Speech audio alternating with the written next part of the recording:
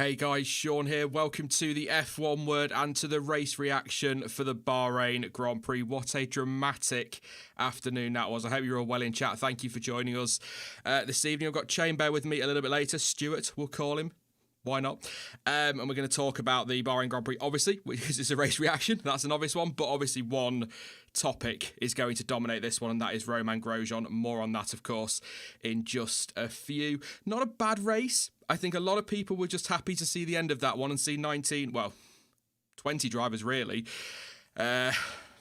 Still going, not in the race, obviously, you know what I mean by that, and see everyone get to the end safely. So, yeah, difficult race.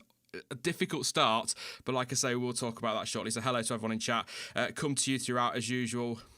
Without doubt, we always do. Probably talk about some F2 as well later. It's been a bit of an exciting weekend in the old F2 as well. There's your result for the Bahrain Grand Prix. Lewis Hamilton taking yet another victory. 3-stop race. I don't know if that includes the red flag at the start and the drive through the pit lane, not sure, but it says 3 stops there. He is the winner, 1.2 seconds clear of Max Verstappen, and Alex Albon on the podium. Race finished under the safety car. Sergio Perez blew up with a couple of laps to go. He was on for a podium, so a much-needed result for Albon, but a devastating result in the end, I suppose, for Sergio Perez. Lando Norris in 4th place with Carlos Sainz 5th. What a result for McLaren with Racing Point not scoring. That has put them into a lot of control for 3rd in the Constructors' Championship. 16 or something points clear now, maybe 17. Looking good for them. Pierre Gasly, another good drive to 6th place. Daniel Ricciardo 7th. Valtteri Bottas, miserable afternoon for him in 8th place. Esteban Ocon 9th. 10th for Charles Leclerc. A point for Ferrari, probably realistically now, out of that fight for 3rd. Daniel Kvyat in 11th. George Russell, another good weekend for him. 12th place. 13th for Vettel, not enjoying his Ferrari. 14th for Latifi. Kimi Raikkonen 15th. Antonio Giovinazzi 16th. Kevin Magnussen 17th. Sergio Perez, like I say, classified 18th, but DNF really, because he blew up at the end. And then it's Lance Stroll ended up on his roof, and Romain Grosjean. I've been thinking how to word this, and I'm not going in for drama, but I'm just going to say Romain Grosjean is somehow still alive. I'm not laughing at that. I cannot believe that guy not only survived that impact, but walked away from it. I mean, that is just unbelievable. What the cars, the safety. And I'm going to say it for the channel right now, not just to kick up some stink. I don't want to see any bitching about the halo, please, in chat, in comments, nothing, because you can sod off with that. Because if that halo is not there, he's dead. End of. So, there you go. It's probably not the first time we're going to kick off on that one. Just a heads up as well, before I go any further into the stream, we will start with Romain Grosjean.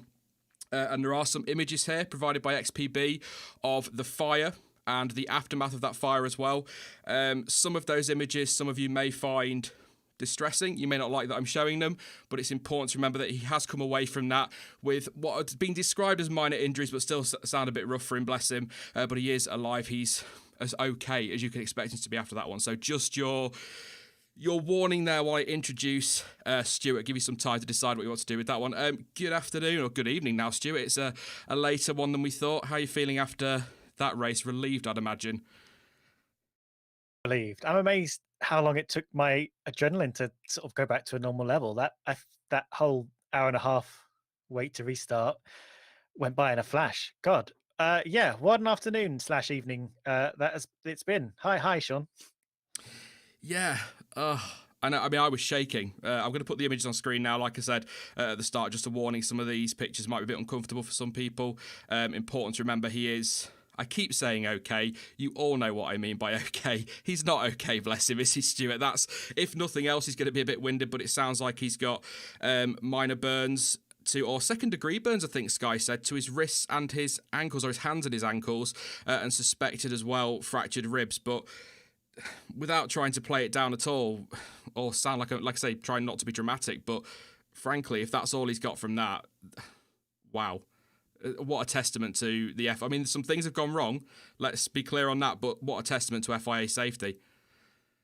Yeah, I think that's the important thing. I mean, this is built on years and years and years of just getting everything a lot safer than it was, and trying to anticipate, and in some cases react to, terrible things going wrong and what could happen.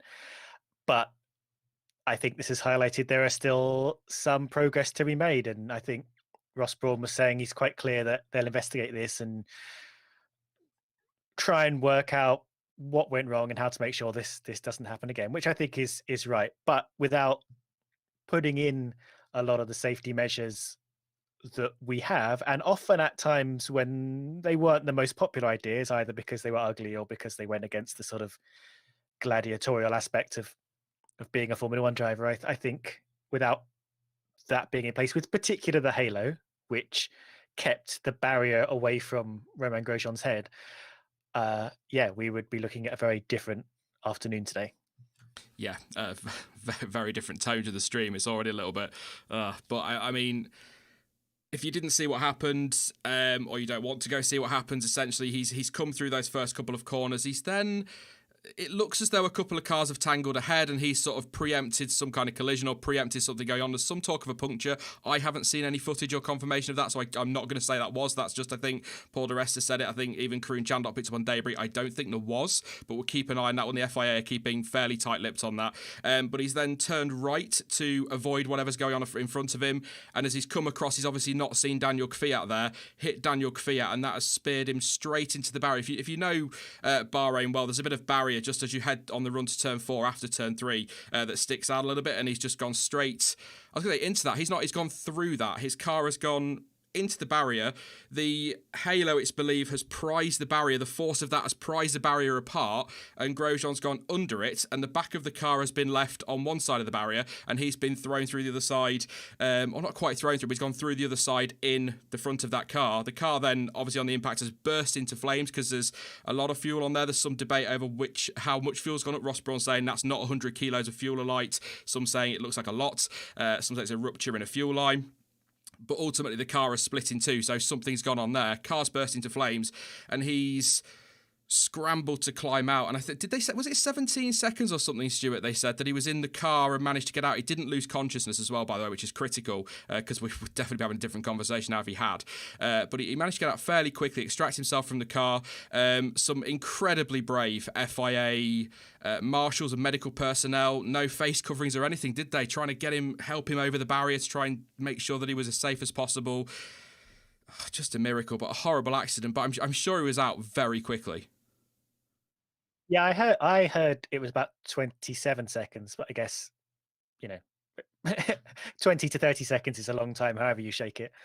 And I think, with all talk of, halos and barriers and hands devices and all kinds of things, fireproof helmets, Nomex fire suits and all that kind of thing did an incredible job just to give him so much time to get out, because, under normal circumstances, drivers have to be able to get out of that car. I think it's a little bit longer than it used to be, but it's something like 6 seconds to be from sitting to both feet on the ground in tests. Obviously, it took a little bit longer because he was wedged in a barrier and slightly injured.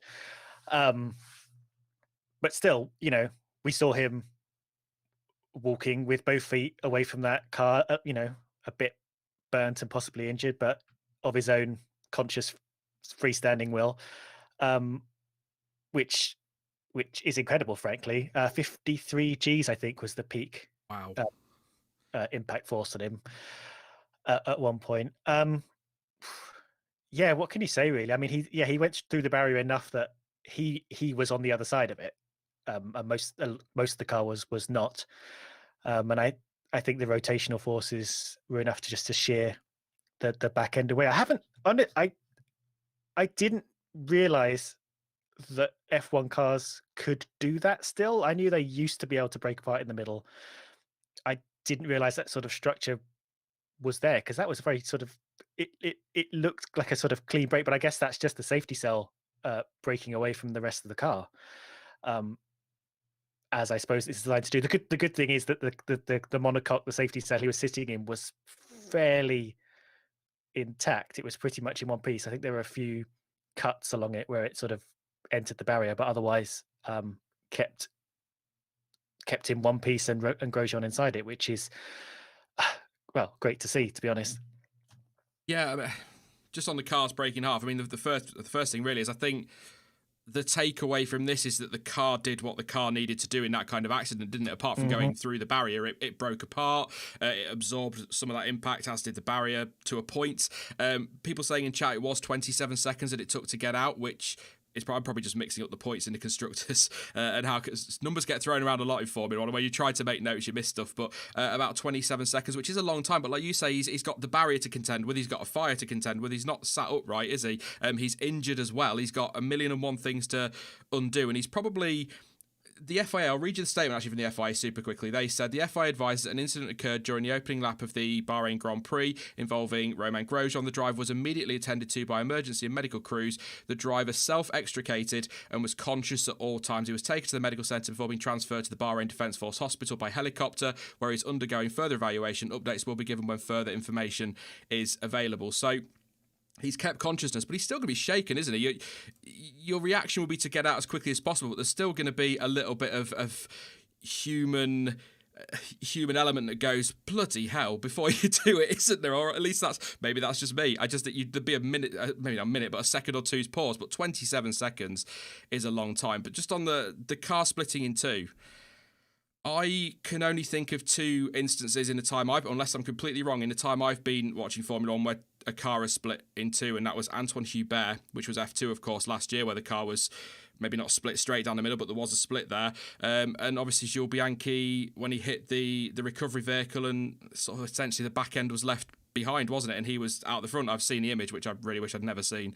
But that's the only times I could think of it. So I think that's what, Martin Brundle in commentary, I think he sums a lot of people's feelings up, I feel, because he'll say something and we'll go, yeah, that's exactly what I'm thinking, Martin, when he's just like, that car shouldn't be doing that, or should they be doing that? And I don't want to see this replay a million times and all this business. So I don't know. I think when you see the car split in two like that, it's dramatic. It maybe makes things look it was bad enough, but you know what I mean by a hell of a lot worse. But I do feel like they're supposed to break apart to a point, aren't they? But it is so bizarre. Just so you see in the picture there, the car split in two and where he's gone through the barrier. But just on barriers as well, Jochen Rindt, didn't he just go under the barrier in Monza when he was killed? We're going back a long way there. So, and as for cars bursting in flames, I can't think of anybody but Berger at Imola. Was the last time I can really remember a car properly bursting into flames, or remember seeing through replays and things like that on TV. So just such a weird situation. Never just something. And when you see that, cause it was a long shot, wasn't it, on the world feed? They're all coming down that straight, and the camera's up at turn 4, and you just see this massive fireball. And my Twitter, bad language coming up for anybody that's got kids watching who doesn't like me saying bad language on the streams. My initial reaction went straight on Twitter, and it was just, oh fuck, was all I could bring myself to say at that point. Yeah, that's basically all I saw on my feed as well. But at that point, what else could you say? You just don't see that in F1, particularly as it just looked like a missile crash. It just looked like an explosion, and then and then we just had to sit there for, actually, like, probably not that long a time until it was like, yeah, Grosjean's out and he's talking to the marshal. But it did seem like we were just waiting and waiting for that. I think. Those fuel tanks are very, very robust and not have their own sort of survival equipment around them. And I think it was just consequence of the type of accident it was, where the car had been sheared by the barrier and just split down the middle, that allowed it to escape. And I know, yeah, like you mentioned, there is some talk about whether it's just the fuel I can't remember the fuel extractor cell. That's the part that gets the fuel out of the tank that caught fire and stuff. It doesn't take an awful lot of petrol to make an awful lot of fire, especially if it sprays everywhere, which is probably what gave it that kind of very big fireball at the beginning. Yeah. The vaporization of the fuel. But then once it's burning, it's a very, very intense big fire. So it didn't necessarily have to be the entire fuel tank's worth of fire for it to be as big as we saw it. But yeah, definitely scenes we expect from sort of documentaries from the first 3 decades of Formula One, and not from now. Black Hawk So says, must say well done to the world feed director not showing anything until we knew that he was okay. That was not the worst part. Obviously, seeing that impact was the worst part, but then there's that wait. And obviously, it was probably only about 5 minutes, but it felt like forever, didn't it? And when the world feed doesn't cut back to that, you think, oh my God, this is this is as bad as it can be. I mean, I'm not going to lie. Again, I'm not doing it for drama. I thought we were looking at a death.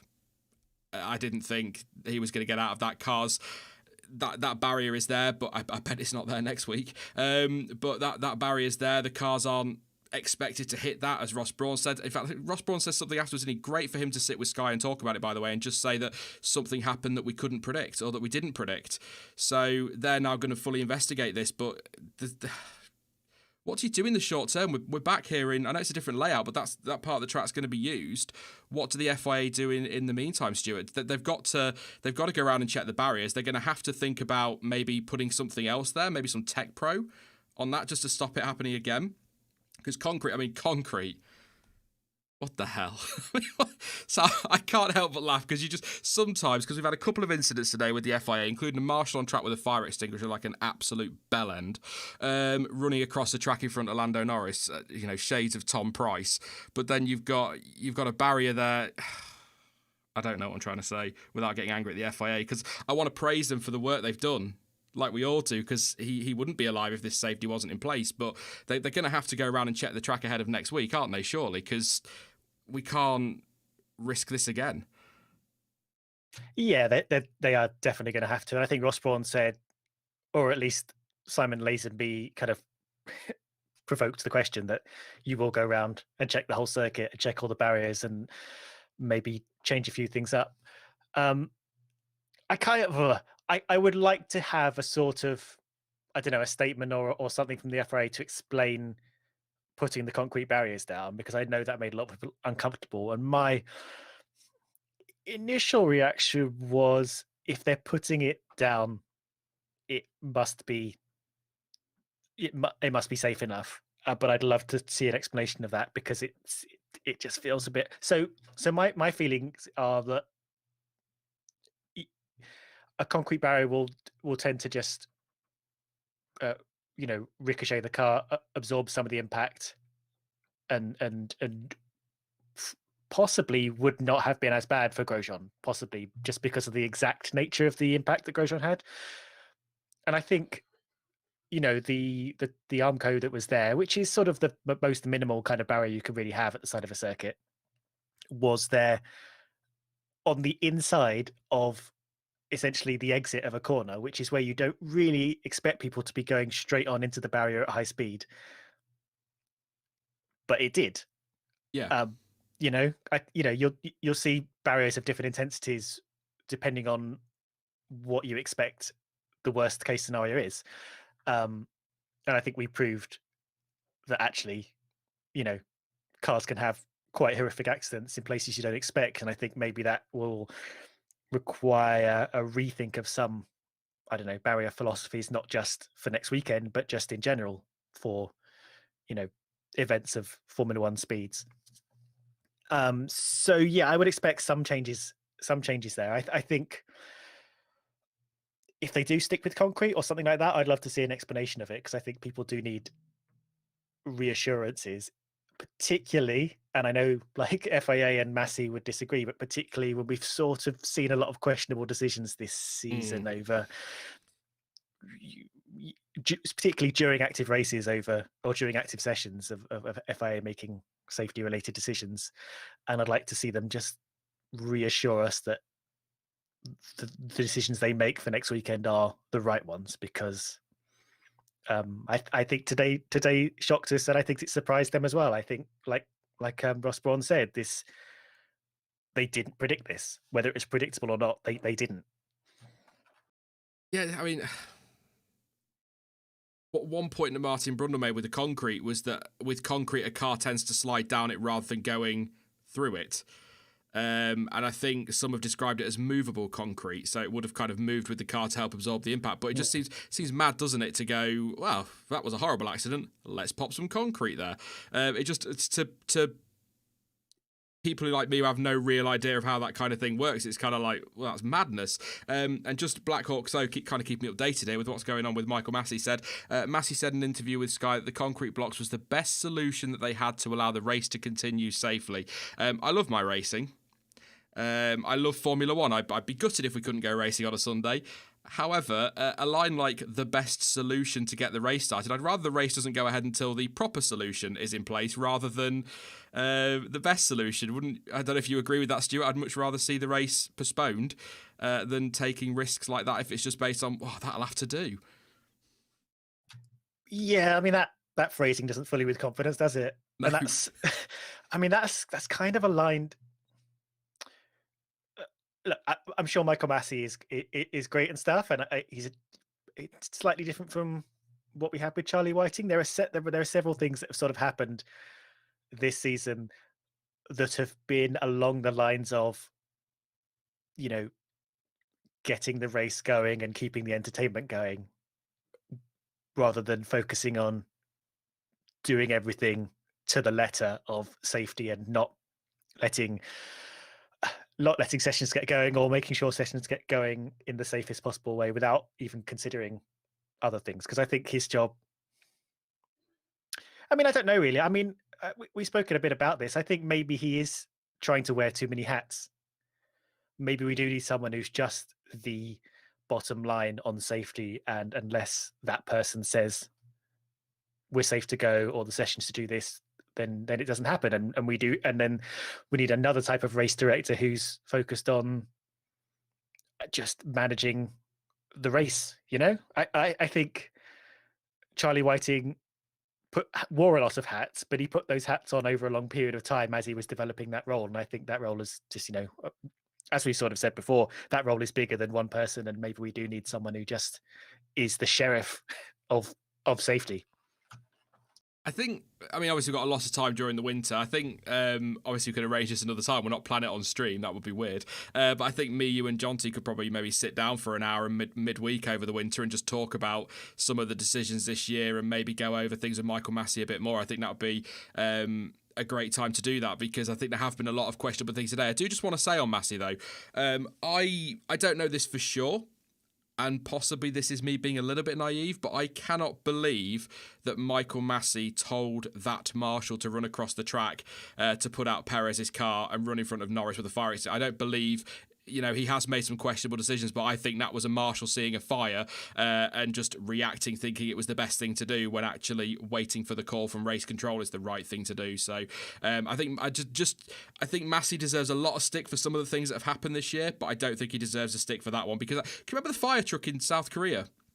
Yeah. A few years ago. There's no way Charlie Whiting told that to go out on the track, was there? That was somebody making a decision that shouldn't have made that decision. I think that's what's happened with the marshal running across the track. I'm not excusing the marshal, it was stupid, but just Michael Massey will get a lot of flack, I'd imagine, after all this, so just don't aim it at him for that, because I don't think that's his call. But on Romain Grosjean, the most important thing is he is, I keep saying okay, but you know what I mean when I say okay. He's alive. I don't want to speculate too much, but there will be question marks about the rest of the season. If he's got broken ribs and burns on his hands and ankles, I can't imagine he'll be back racing this weekend, Stuart, and possibly not for the rest of the season. So that could have been sort of the end of Romain Grosjean's career. I mean, I'm not making light of it, but first of all, what a way to go out. I mean, if you're going to do it, bless his little heart.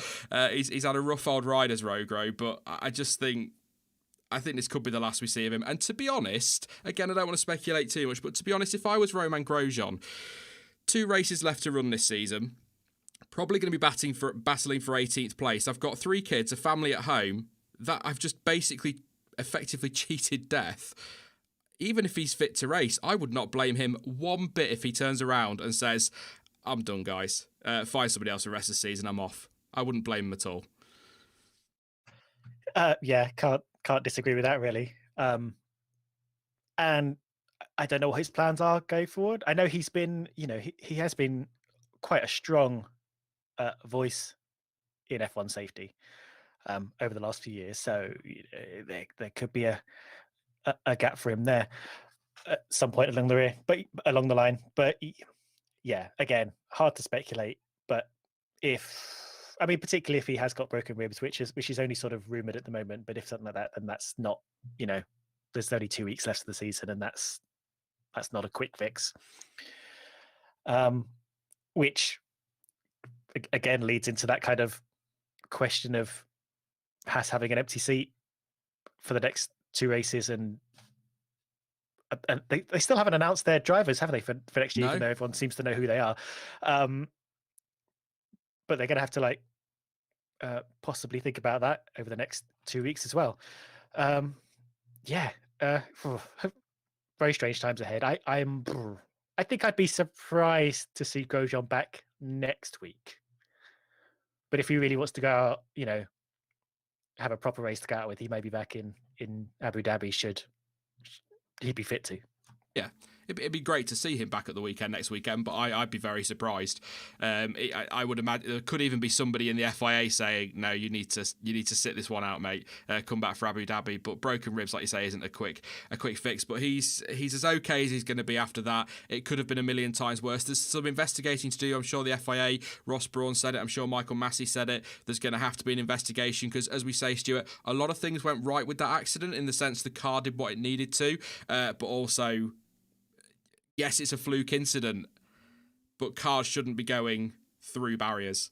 That's a fact, and they shouldn't be bursting into flames like that. I know it's something we've never seen before. Obviously, it's obvious comparisons are drawn to a point. Jules Bianchi, nobody, despite all the warning signs, predicted that if a car hit a tractor, a driver might be killed. I mean, Christ, who'd have thought that? But yeah, they didn't preempt that sort of thing. They didn't predict that. So hopefully they'll investigate this thoroughly and lessons will be learned. And maybe on high-speed tracks or high-speed parts of tracks, it needs to be, if you're going to have that kind of barrier, it needs to have a bit of Tech Pro around it or even some tyres. Go old school, some tyres and some Tech Pro or something just to help absorb that impact and stop the cars going under because, well, again, if the halo's not there, it's a very different outcome. So I think we'll see there'll be something different there than that barrier. Even if it's just another version of that barrier with some Tech Pro on it, it'll be different come next week. And of course, next week, maybe not at that point of the track, but other parts of the track, more high speed than we saw today. So some real, because actually look at that picture, the back end of that car ripped away from it. It's quite shocking, isn't it? But Roman's okay. Anything you want to add on this, Stuart, before we get into the race stuff, which eventually started? A lot of barrier repair and replacement had to be done, of course. Yeah, I mean, I think that about covers it. I think you're absolutely right. It's like, wow, thanks to our safety systems, the car survived doing a thing it should never have been able to do in the first place if we'd had better safety systems in other areas. But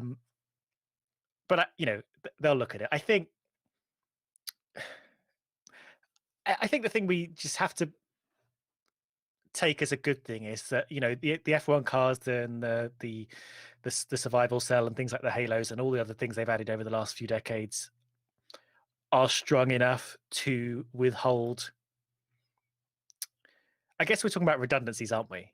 We're like, if something goes wrong, we've got enough stuff to pick up the slack, I think is the important thing. And I think that's kind of a lot of what has been built into F1 and other motorsports lately is that, you over egg it for safety, because if you've put a barrier that isn't strong enough in the wrong part of the track, the car will take it.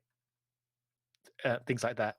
One thing I will quickly add, which everything seems to be fine, but it didn't seem to be brought up for quite a while, was there seemed to be no talk of track staff and marshals for at least 15, 20 minutes, at least on the Sky feed I was watching. And that's what I was sort of waiting to hear about after Grosjean, because there is a marshal post pretty close to that impact site, and it was quite a lot of fire, and we saw tires going everywhere. But it seems like everyone is fine. But especially was it they were celebrating and thanking marshals and track staff and first responders this weekend. It was just good to see that everyone was safe there, and maybe they want to just double check that as well while they're doing their circuit run. Yeah, we saw the marshals run away, didn't we? Which that must be terrifying, and a wheel bouncing across the track, which was always going to happen. So, yeah, I just actually, before we move on, I want to do two things. First of all, I don't usually do this because it's like it's what youngsters do. But just in chat, can we just have a number 8, please, for Romain Grosjean? Just everyone pop a number 8 in chat. It's a bit weird, I know, but just imagine for a second the chat is beaming that to Romain in hospital. Bless him wherever he is. Just pop an 8 in chat. Also, very quickly, I don't know if Dan's listening, but if he is, he knows where I am. If he wants to chat, I'll say that. But a massive. Oh no! Yeah, I broke the chat. You broken chat. And it's all hell for review because they're spam. It's counted as spam. But yeah, also massive shout out now you've brought the marshals up, Stuart, to everybody down there. Whatever role they did was a hero today. The medical car driver, phenomenal to get there so quickly. I know those cars are quick, but they're not as quick as F1 cars are. Getting there quickly. The fire extinguishers are there quickly. A real testament to, again, FIA safety, the training these marshals go through. We wouldn't have Formula One races without the marshals, but also, I may not agree with what he says, but I just want to just give a shout out to Sir Jackie Stewart as well, because I firmly believe we would not be where we are now if he hadn't have put his foot down all the way back in the 60s and 70s. So, but massive shout out to the marshals today. They were mega, but we'll move on. We'll talk about Bottas. A couple of people sending me some interesting stuff regarding Mr. Bottas, which could see him disqualified from the race. But we will start with we'll now get on to the race stuff and we'll talk about, because I think it's fair to say that was the biggest talking point of the race was Romain. So any updates, by the way, we'll keep you updated. Keep an eye on Twitter too. So Lewis Hamilton, another win. Stuart, coming into this weekend, if I'd have told you Lewis Hamilton would win the Bahrain Grand Prix, would you have fallen off your chair? Really? I wouldn't know. And I was going to say made it look easy, but apparently it was quite a tough one. It's really hard to.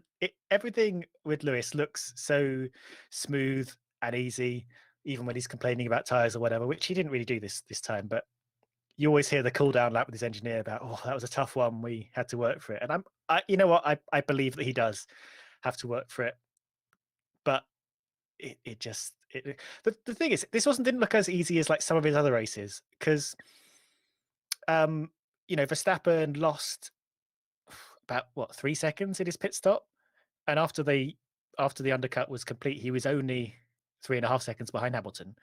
So Verstappen got quite close to at least unsettling Lewis for that win and maybe changing the pace of this race. But yeah, Lewis again by the end had sort of driven off with it, not by loads, but he It was, I'll tell you what it was, we get so used to this now in these streams, but it was another one of those races where Hamilton, he got out front, he controlled his tyres, he controlled the race, he controlled the pace. Verstappen had little moments where he'd set the fastest lap and it would look like he was going to close in, but I never felt like Hamilton was ever under threat. He just did. It's such a. I messaged you earlier saying I was going to try and avoid using this live for any driver, but it's not going to happen. Hamilton did what we've come to expect of Lewis Hamilton in races like this, and he's looked after his tyres the best he can, controlled it, covered off anything Red Bull had. Obviously, not helped by the fact on the Red Bull side that Verstappen had a slow pit stop about 5.5 seconds. I mean, 4 new wheels in 5.5 seconds, that's impressive, but for Red Bull, that's terrible, isn't it? They're used to sub 2 second pit stops, so that kind of ruined any chance of Verstappen really going for an undercut, because actually I think when Verstappen came out after that stop, when he tried the undercut, I think he was only about 3.2 behind Hamilton. So if you then knock the time off for that pit stop, say you get a normal Red Bull pit stop about 1.9 seconds, all of a sudden he's right on the back of him and the race is on. So that pit stop for me may not have cost Verstappen the win, but it cost him the opportunity to at least have a go at Hamilton. Like I said, I think Hamilton was comfortable and was in control, but I think that pit stop ultimately cost Verstappen at least being able to perhaps get alongside or something. And let's not forget, Bottas was out for the count this race, so Mercedes didn't have their usual two-pronged defense against Red Bull, and this time actually both Red Bull drivers. I mean, let's be honest, Albon wasn't pretty close enough, but essentially Hamilton had to fend off Verstappen all by himself this time, and big shame for Red Bull because, like you say, they are normally one of the fastest pit stoppers. I think they have the they have multiple records for the fastest ever pit stop, and they chose the one race where it counted to fluff it. So yeah, big shame, but I think Verstappen should be very glad that he's what am I trying to say? That he's proving himself race after race. I think he's not that far off Hamilton's pace, and we know that Mercedes is an absolute beast. So we're all just kind of waiting for him to be in a good car now. Yeah. Yeah.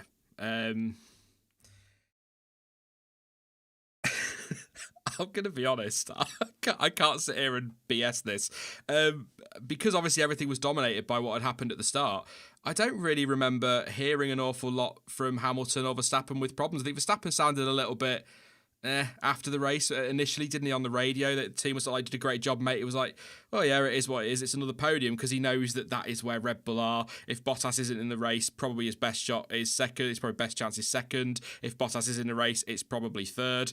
So him and Hamilton just kind of did everything that you'd expected them this weekend. But Bottas was a curious one. Got a difficult start, didn't he? Then picked up a puncture, then struggled on tyres, and obviously struggled in traffic because that car's not designed to follow. Then it turns out, and as the safety car came out at the end, he had another suspected puncture, so he had to kind of nurse the car home for what was a measly 8th place. But really curious to see him out of the running. And Alex Albon, it's a difficult one for me with Albon today, because he drove well. He drove a good race. He kept himself out of trouble. He did what Red Bull needed. They didn't need anything spectacular from him. He got out there. He did the job they needed him to do. Just keep it clean, get to the end, be there to give them options in strategy, which he did, and he was on for a very, very good 4th place. The problem for me was, before Perez retired and before Verstappen pitted for an extra set of tyres, he was 30 seconds behind Verstappen and would have been 4th behind Perez in 3rd. So if the result had stayed as it was, I wouldn't have said that was an amazing result for Alex Albon in 4th place, because he's been beaten by Perez, ironically. But then again, ironically, it's Perez blowing up that gives him the podium. So it's really hard to assess Albon's race, but I would say that was probably one of his better drives this year, weirdly. And it would have only been for 4th had Perez not retired, but of course Perez did. So that's kind of a moot point in some ways. But yeah, I thought it was a solid drive from Albon. He was, like you say, a long way behind Verstappen and not destined for the podium without sort of last minute intervention by Racing Point, by Perez's engine blowing up. Different strategy for him. He favoured the medium tyre instead of the hard. I don't know how much that sort of ended up coming into it. It's hard to know what to say about Albon, really, isn't it? Because I think this was one of his better races, to be honest. It was unspectacular, and he's still not in tune with that Red Bull in the way that Verstappen is. But if this was the kind of race he was doing on a consistent basis throughout the year, I don't think we'd be having too many conversations about him in that seat, whether he deserved to be in that seat or whether we think he's going to be booted out of that seat or whatever. I think, this is the Albon I think Red Bull want from him. Possibly a little bit closer to Max, but it was a bit of a funny race with tyres and stuff. I'm actually fairly happy with what Albon did today, and he was pulling off some overtakes as well on his way. He seemed racy and pacey. I got no more rhymes. And I guess there was a point in the race where I think the top 3 were Hamilton, Verstappen, and Perez, and they were like on such a different race, they were the 3 drivers that are sort of sticking out like sore thumbs compared to their teammates in a lot of ways, and the 3 teams were like, oh wow, if they had someone vaguely comparable in the other seat, then this championship would be looking completely different. So yeah, it was. I don't know. It's the same with Mercedes and Bottas and stuff. It's like, do we want do Red Bull want anything more than what we saw today in Albon, or not? I mean, I said this yesterday in the qualifying watch along. My view on all of this with Red Bull has changed in the last week, because we've had. I know it doesn't really mean anything, but Perez has now started talking a lot more about sabbatical. Albon was made ambassador of the Wings for Life thing. I know that means, like I said, that means nothing. He could still be a Wings for Life ambassador at AlphaTauri. He's still part of the Red Bull family, but I just think everything now seems to be leaning towards, and then you listen to the rumours as well, towards Albon staying where he is. And bold prediction, which means it won't happen, he's got that podium today. Whether you're impressed with his drive or not, I am confident this week Red Bull will confirm Albon for next year, because I think they have been waiting for... Because if he finishes 9th in a race or crashes out of a race or does something stupid and then they announce him, they look... Maybe they don't care, but in my weird PR head, they look more daft than if he gets a podium and they announce him, if that makes sense. I know they probably don't even give a damn about that because it's Red Bull, but just in my PR head, that's how I see it. So now they've got that podium, announce him, lifts the pressure off him, the press will leave him alone on that, and he can then focus on the last 2 races and build for next year. I think he stays. I really do. I know what you mean about the framing. Yeah, you pick a good point where everything seems to be looking rosy between him and Red Bull, and you're like, yeah, he's just got a podium. We're keeping him on. He's our guy. This is what he can do. It's a good thing he did get that podium, or at least had a pretty good Saturday, Sunday, because he crashed into the barrier on Friday, and everyone was like, "Oh, that's not good when you're fighting for your career." But yeah, collected it all together, got his Saturday and Sunday, and had a good race, and he's just got to keep doing that. I wonder what his long-term plans are, because obviously, I don't think he's going to be having championship like success if he's sitting in a seat next to Max. He's definitely going to need to do something else at some point if he suddenly becomes spectacular. They're kind of under no pressure in some ways, though, Red Bull, aren't they? Because if he's rubbish next year, Perez is still available. So they can make that change 4 or 5 races if they need to. A couple of people in chat, it's worth mentioning, just saying that Albon was catching Perez dramatically before he blew, and so would have caught him anyway. I disagree. I was watching the timing because he was catching him, but how much of that was because the power unit was starting to fail? Because I was watching and Albon was consistently sort of between 3 and 4 seconds behind. The gap was coming down a little bit, but nothing dramatic. And then I looked at the timing screen and the gap had suddenly dropped to about 1.5 seconds, and I thought, oh, Albon's coming, and then the camera flicked to the car smoking and started to smoke. So I'll go back and watch it, but just my reaction to that initially is that he was catching him perhaps because of that problem. But to be honest, in the second best car on the grid, or in the second best team on the grid, when Bottas is out of play, he shouldn't have had Perez anywhere near him. He should have been third. Maybe still well down the road from Verstappen, but he should have been third and gone. Perez shouldn't have even been a factor, which one shows you how good Perez is, and perhaps shows you how much Albon either is struggling with the car or struggling to find the pace at all. But what I will say on Albon very quickly, I think he deserves a bit of I don't know, kudos tonight. Smashed it in the wall in practice. Whole new chassis, finished on the podium. Whether it was luck or not in the end, it doesn't matter. Here it comes. You've got to put yourself in that position to capitalise on that luck when it falls your way. Christian Horner stealing my line, the swine. That's what he's done. So for all the criticism the critique that I've given him, the saying that he needs to do better, I think we've got to give him credit for that this weekend. I really, really do. So he's got to do it again next weekend. It's no good doing that once every 4 or 5, 6 races. He's got to be doing that every weekend. He's not there to beat Verstappen, but I guess we'll see. If he does it in Bahrain next week and then does it in Abu Dhabi, a bit like Mazepin in F2, like we'll talk about a bit later, maybe Stewart, it might shut a few people up, but we'll see how we go. But are you expecting Albon to stay for next year, or do you still think that Perez has got a shot at that seat? To be honest, I think Red Bull are incredibly hard to predict with what they're doing, and they maybe deliberately just to wind the press up, but seem to be keeping their cards close to their chest. And there was I don't know how much of the Sky After Show you were watching as you were setting this up, but there was a moment where they were just getting Christian Horner in to do an interview with him after Perez, and Christian Horner gave Perez a little fist bump and said, "Oh yeah, bad luck for you," in a genuinely nice way. And then Lazenby was all like, "Oh, we shouldn't ask you, should we?" And there was a little chuckle from Horner, and it's like, I don't know if he's just playing along with the pantomime of it all, or what. But they definitely haven't said, "Yeah, Albon's our guy." Like they're going to look very funny if they turn around next week and be like, "Yeah, we're confident now." But he was always our guy when they've been sort of courting this kind of silly season roulette for the last few weeks. But it's probably Albon, but who knows? If they're not sure about him and they might swap him out mid-season next year, then they might as well do it now. Yeah. If they're going to get someone like you in, like Perez, they may as well do it now. But who knows? And am I right in Perez is holding a press conference tomorrow that's not about his career? or something.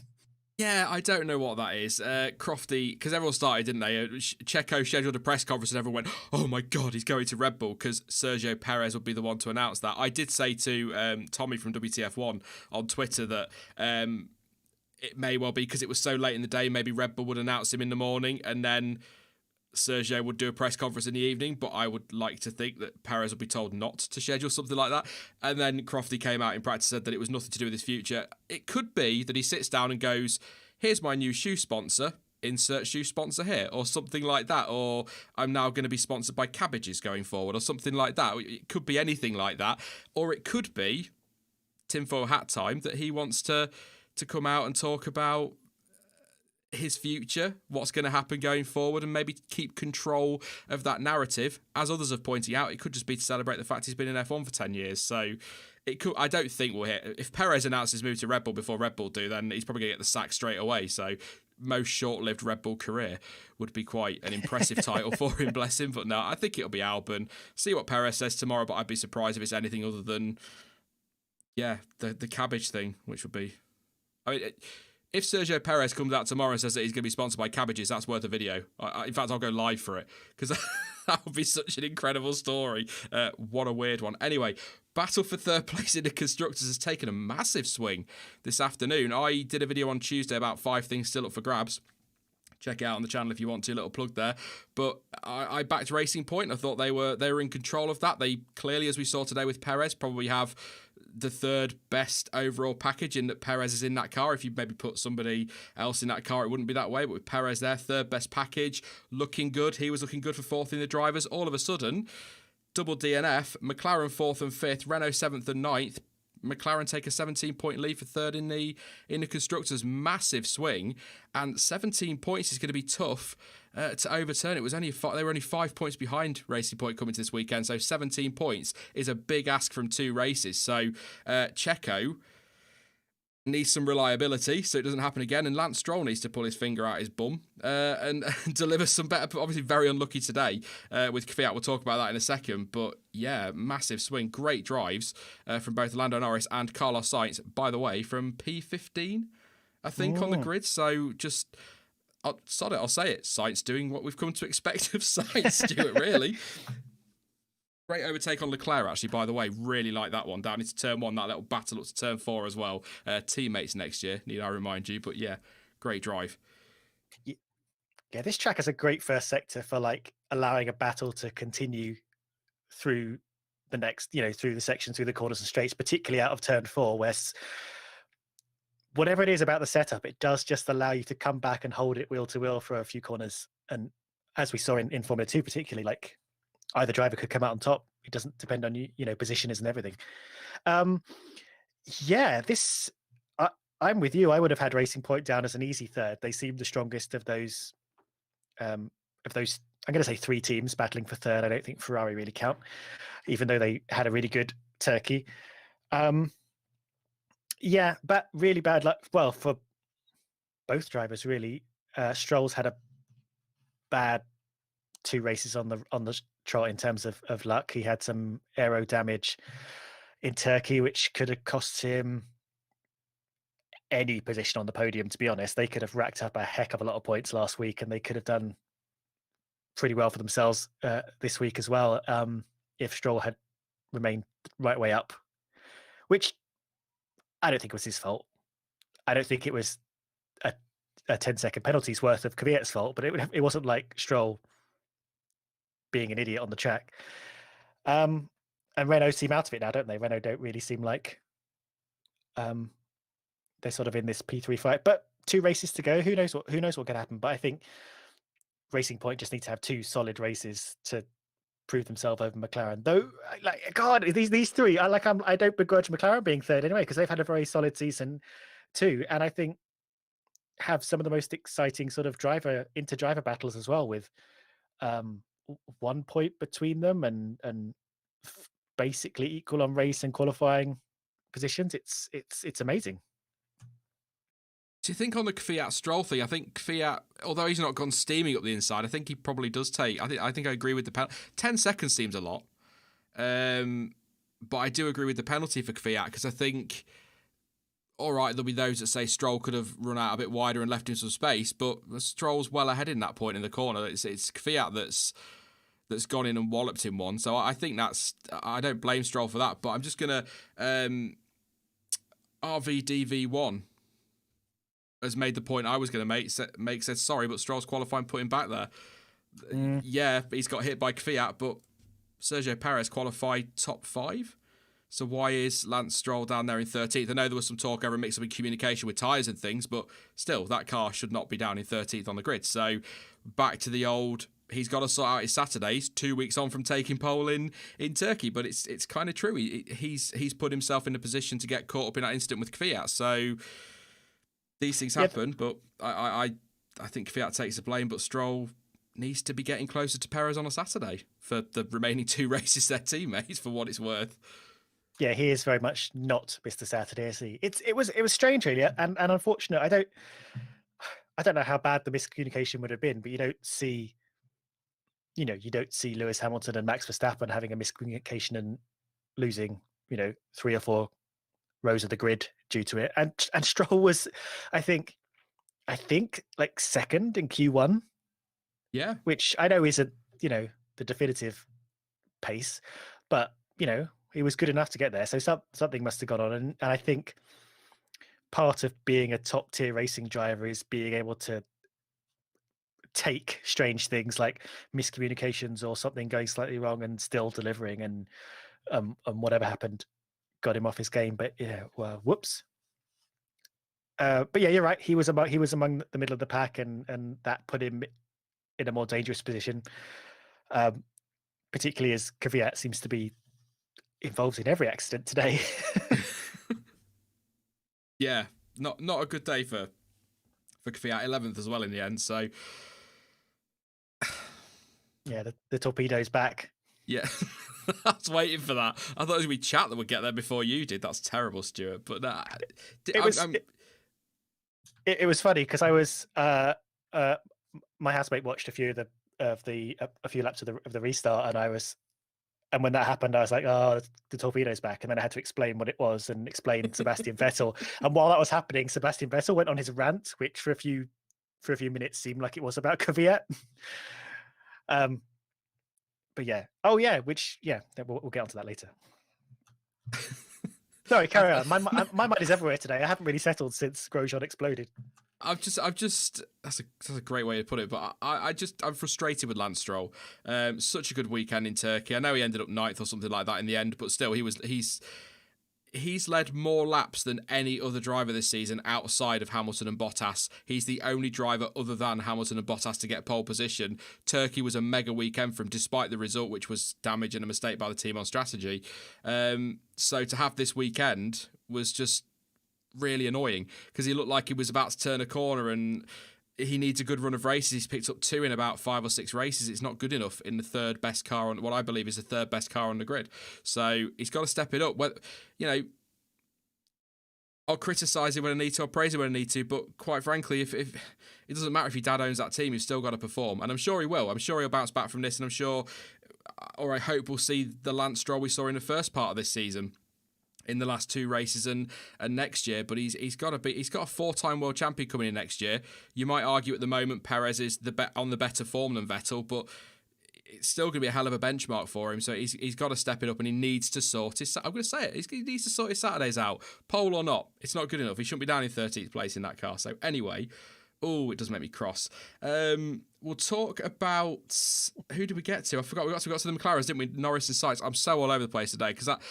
I know Grosjean's okay, but that crash just knocks the wind out of you, doesn't it? So a lot of the focus was on that rather than the racing itself. Not that it was a brilliant race. It was okay, I would say. But Pierre Gasly, P6, struggled towards the end on his tyres, wasn't he? Somehow hung on to P6. I think probably him and Bottas are probably the happiest people to see the safety car today, because that late safety car meant that Gasly was not under pressure in the end from Ricciardo because his tyres had gone. He was struggling for pace.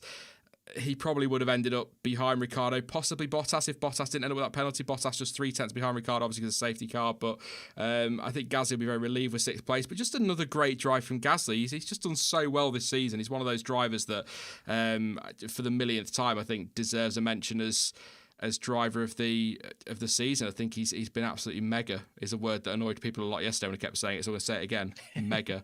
I mean, I like Gasly anyway, but I think he was really good today. Danny Rick, also solid drive. Little moment with his teammate on team orders. Renault, I think, left it a little bit late to swap them because he ultimately lost out to the McLaren, didn't he? Or both of them did because Sainz, I think it was, got through. So I like the point that I think it was the one that Martin Brundle made, or Crofty, in commentary, that Renault are in quite a difficult position at that point, aren't they? They've got Ocon staying, Ricciardo leaving, and they're asking Ocon to hop out of the way. But if they want to fight for third in the Constructors, they've got to make decisions like that quicker, because Ricciardo could have been ahead of Gasly today, could have been right on the back of Sainz or Norris if that switch is made a little bit quicker. We might have a different race in that midfield. So, but I would say, I mean, I predicted Racing Point for third in the Constructors on Tuesday, so what do I know? But I'd say that's probably Renault out of the fight for third now today, based on that result from McLaren. I'll do some maths while you're talking, Stuart, just to make sure. They might be third, all I know. Well, yeah. Well, up front, I do agree. Gasly, in particular, has had a really nice season, and it does go to show, particularly how your racecraft and ability can all jump up a gear if you're comfortable where you are and if you've got the right people around you. And I think there was a bit of a conversation yesterday on Twitter about how that second Red Bull seat is possibly the worst place to be, because it's just hell to be in that seat. But Gasly seems happy, and I think, again, Vettel as well. I think next year we're going to see a renewed Vettel, see what he can do happy in Aston Martin, which would be very interesting in contrast to Stroll. Those Renault drivers, this is not the first or even the second time I think that the Renaults have sort of been together on track and kind of in the wrong order, and Renault have been very awkward about swapping them around and very slow to just sort of make a decision and just be like, this is what we're doing. We need to get Ricciardo ahead of Ocon, and we to protect ourselves and to get as many points from this race as possible. And you just got to do it. You just got to be decisive, move this and crunch the numbers and get out there. And that's the kind of thing that's happening at the top teams that you just need to get on top of if you're running a race and you're running your drivers from the pit lane, because you don't see Mercedes doing this, faffing about. Mercedes make a decision and then they do it. Even if Hamilton's moaning at them about something, they are pretty solid on what the data is and what they need from their drivers. I forgot what your final point was before you started looking something up. Third in the Constructors, Renault 27 points behind McLaren now, 2 races to go. I would say they're out of that. Yeah, unless something weird happens. I mean,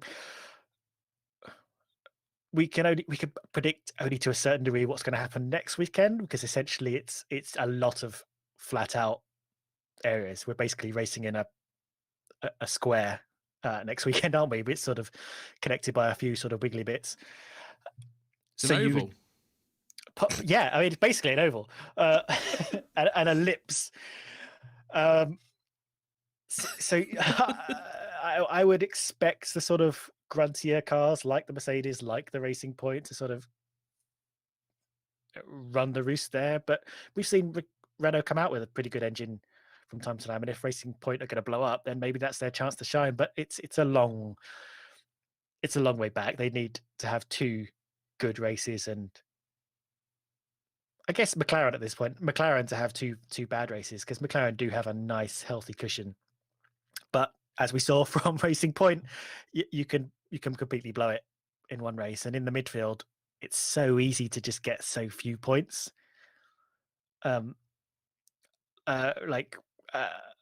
we've seen McLaren just picking up with just one car picking up the points, or Renault just picking up 1 point, or so on. So it's not impossible, but you just need to get all your I say this way too often. You just get all your ducks in a row and hope that your other teams have got ducks all over the place. Yes. If you know what I mean. I do. I just love some of the points that we make on these streams and the way we go about it. But no, it's true. It's true. I mean, look at today. McLaren 4th and 5th, so that's 22 points.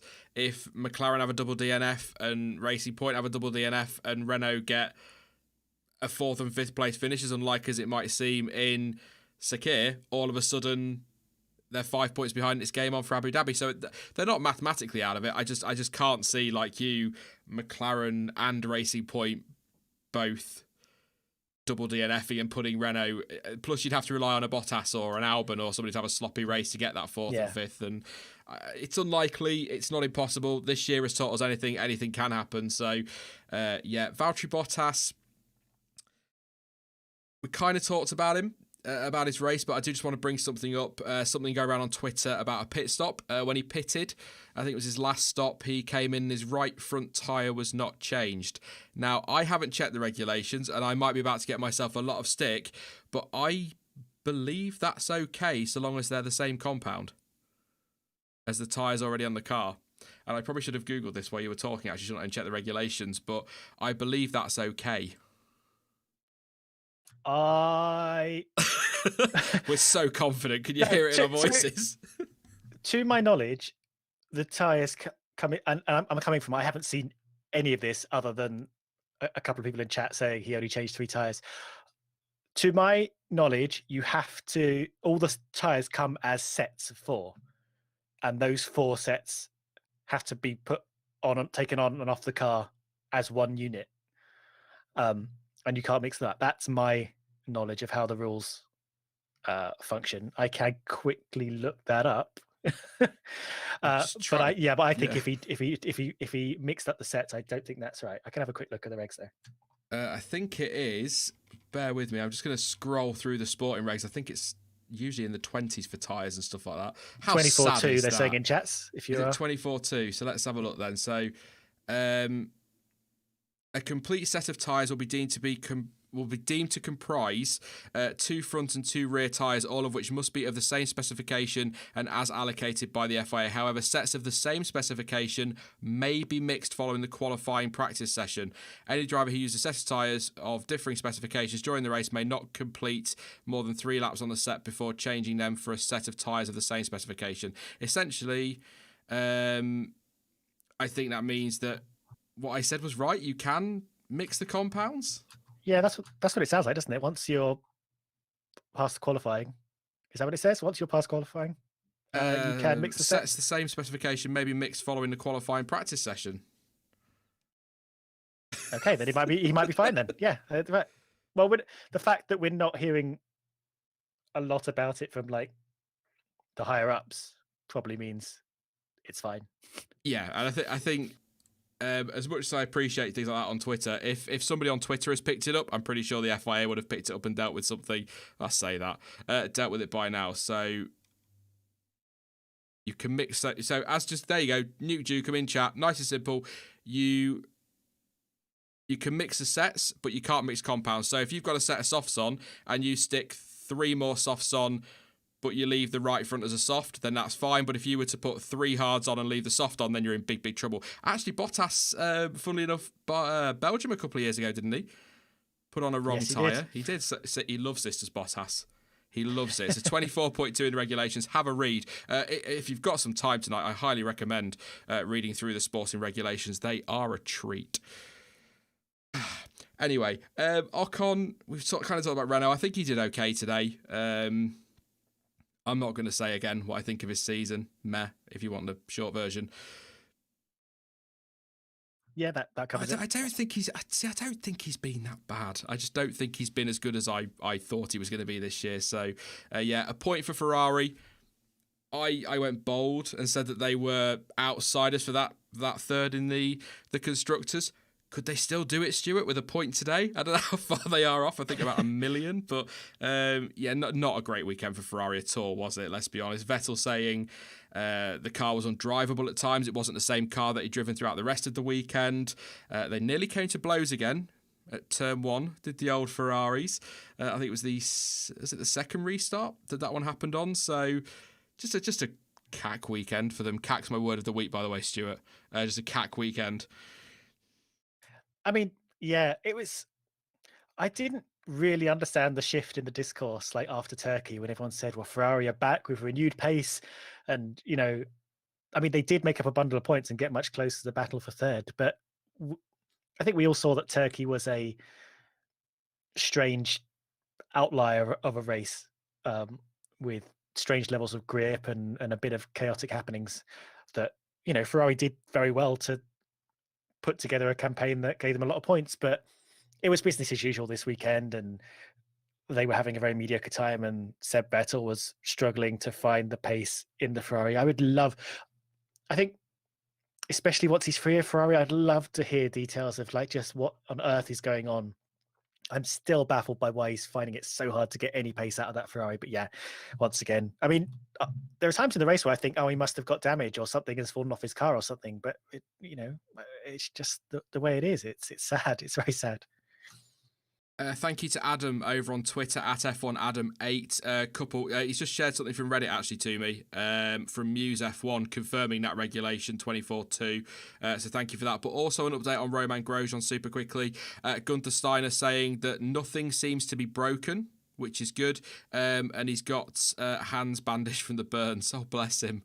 I just feel for Grosjean anyway, even though I give Dan stick over him. But that's good news. That's very good news that nothing's broken. I'd imagine with burns on his hands, it may well still see him out next weekend because, of course, you need your hands to steer. But you never know. Burns perhaps might heal. I'm not a doctor, but they might heal quicker than a brake wheel. So we'll see. We'll keep an eye on that. Obviously, if anything happens further tonight, I'll update you in the week as well. Follow me on Twitter, Facebook, Bebo, MySpace, all of that business, and I'll keep you updated over there as well as things come in. But yeah, I think Ferrari, I think Vettel will be very pleased that this season's nearly over. I don't think many will disagree with that one. I think that's a fair point to make. I think he's thoroughly fed up with it. A bit of tension still down there. I think Leclerc will be pretty pleased that this season's almost over because he's been so good. I said it yesterday. I possibly said it last time in the race reaction. I actually think that this has been Leclerc's best season in Formula One because he's really driven that car to the maximum. But a point today, it's not great for him, is it? And I think Ferrari just need this season to be over. Hopefully the gains that they're talking about are pretty decent for next year. But yeah, I don't really know what else to tell Ferrari because you just end up in Ferrari bashing territory, don't you? Because they're an easy target at the minute. It's how I feel when I listen to some people talk about them. I feel like it's just let's have a go at Ferrari because they're an easy target, but they have been rubbish this season. There's no denying it. Their only shining light has been Charles Leclerc. So there you go. But it also does prove that Mattia Binotto being there or not being there makes no difference. They were mega in Turkey and they were rubbish again this weekend. So there you go. But to be fair, I came into this weekend, I didn't think Ferrari were going to be strong anyway because it's not. You need a bit of power around Bahrain, don't you? And they don't have that much power. So, yeah. Sixth in the constructors, if I said that to you start of the season, Stuart, would you have been shocked by that? I'd have been very shocked. If you said fourth, maybe not, but sixth, never believed that at the start of the year, despite what we were hearing over the winter. Yeah, I would have. I mean, I don't feel like they looked. It was a long time ago. I don't remember them feeling like they looked this bad in testing. Like we were a bit worried, but I don't remember them feeling this bad. Maybe we just don't expect it from Ferrari. But yeah, I mostly agree. I think from Leclerc's point of view, I don't think this year has sort of cost him anything particularly. I mean, it's cost him maybe the opportunity for wins and stuff like that. But I don't think his stock has diminished at all. I think people have looked at Leclerc throughout this season and think that is a fast driver getting absolutely everything out of what is an awful package. Little bit aggressive at times. I think we're sort of starting to see that a little bit. He's elbows out a bit when he drives wheel to wheel people, but we'll see how that irons out. But yeah, not much else to say really. I'm kind of glad for Leclerc because I think he's going to be one of the big ones in the next phase of Formula One, and I'd hate to see him sort of fade away in a car that isn't suiting him. Instead, he seems to be shining. Yeah, I agree. I mean, he is aggressive at times, but I think he has to be in that car, doesn't he? Because it's not got the speed, so he needs to get his elbows out and be a bit more aggressive in the defence and the overtake, because it's his best chance. Is maybe the defence I'd give him there. But he was aggressive last year as well, wasn't he? In a quick car, we saw at Monza, some of the moves he made to defend from Hamilton were on the line, which is fine. As far as I'm concerned, drivers are meant to find the line. They're just not supposed to go over it. Let's not talk track limits. Oh, my God. But yeah, you say not a lot to say about Ferrari, but it's actually, to be honest, I haven't got a lot to say about the race. You might have noticed we're talking about championships and things like that more than anything, because it wasn't a bad race. I think a lot of people's attention was on Grosjean and what had happened at the start and hoping that everyone got around safely. But although we saw some really good battling in the midfield, it wasn't a race that really I found all that thrilling. Maybe it was just everything that happened at the start took a bit of the shine off the race. I don't know, but I wasn't sat there getting pumped like I did in Turkey. And even some of the other more mundane races this year, there's always been sort of something there. Whereas today, although we saw some, like I say, some great fighting and some wonderful overtakes, Sainz on Leclerc was such a good fight. I thoroughly enjoyed that. And we saw some nice aggressive moves and things. It wasn't a race that was really got me overly excited. It was, like I say, it wasn't a bad race. Please don't think I'm saying that was a bad race, because it wasn't. It was a good race, but a lot of the focus and talk was on one thing, wasn't it? And I think that's maybe why other things take a back seat in that situation. But it was okay. I don't know what you think overall in the race. I didn't ask you at the start, did I? So yeah, it was all right. I think maybe on other days it would have been like, yeah, that was a pretty exciting race, actually. I think maybe after getting like heart-poundingly worked up by the lap one incident, I think there's sort of a deflation that sort of, you just sort of like, okay, well, we're racing now and stuff's happening. But I think the ingredients are all there. We had, like you say, there were good races, wheel-to-wheel battles. Some fairly interesting takes on the strategy, because partly because of the red flag and partly because of the nature of the track eating the tires and not letting them last particularly long. We got to see people play with different strategies and be good at different times, which is what we like from Formula One. Which is, I mean, tire wise, we kind of got what we sort of hope for from this race, in that the tires didn't last that long. Different options were available, but we didn't see much phase of like people just sort of nursing their tires. Sort of Gasly sort of did a bit, but that was because he kind of chose a strategy where he would go long, and that played against the other cars, which made it interesting. So I think there were a lot of good ingredients there, and there was a lot of good driving and good strategy and stuff. It just yeah, the energy wasn't flowing through it and getting your heart pumping, was it?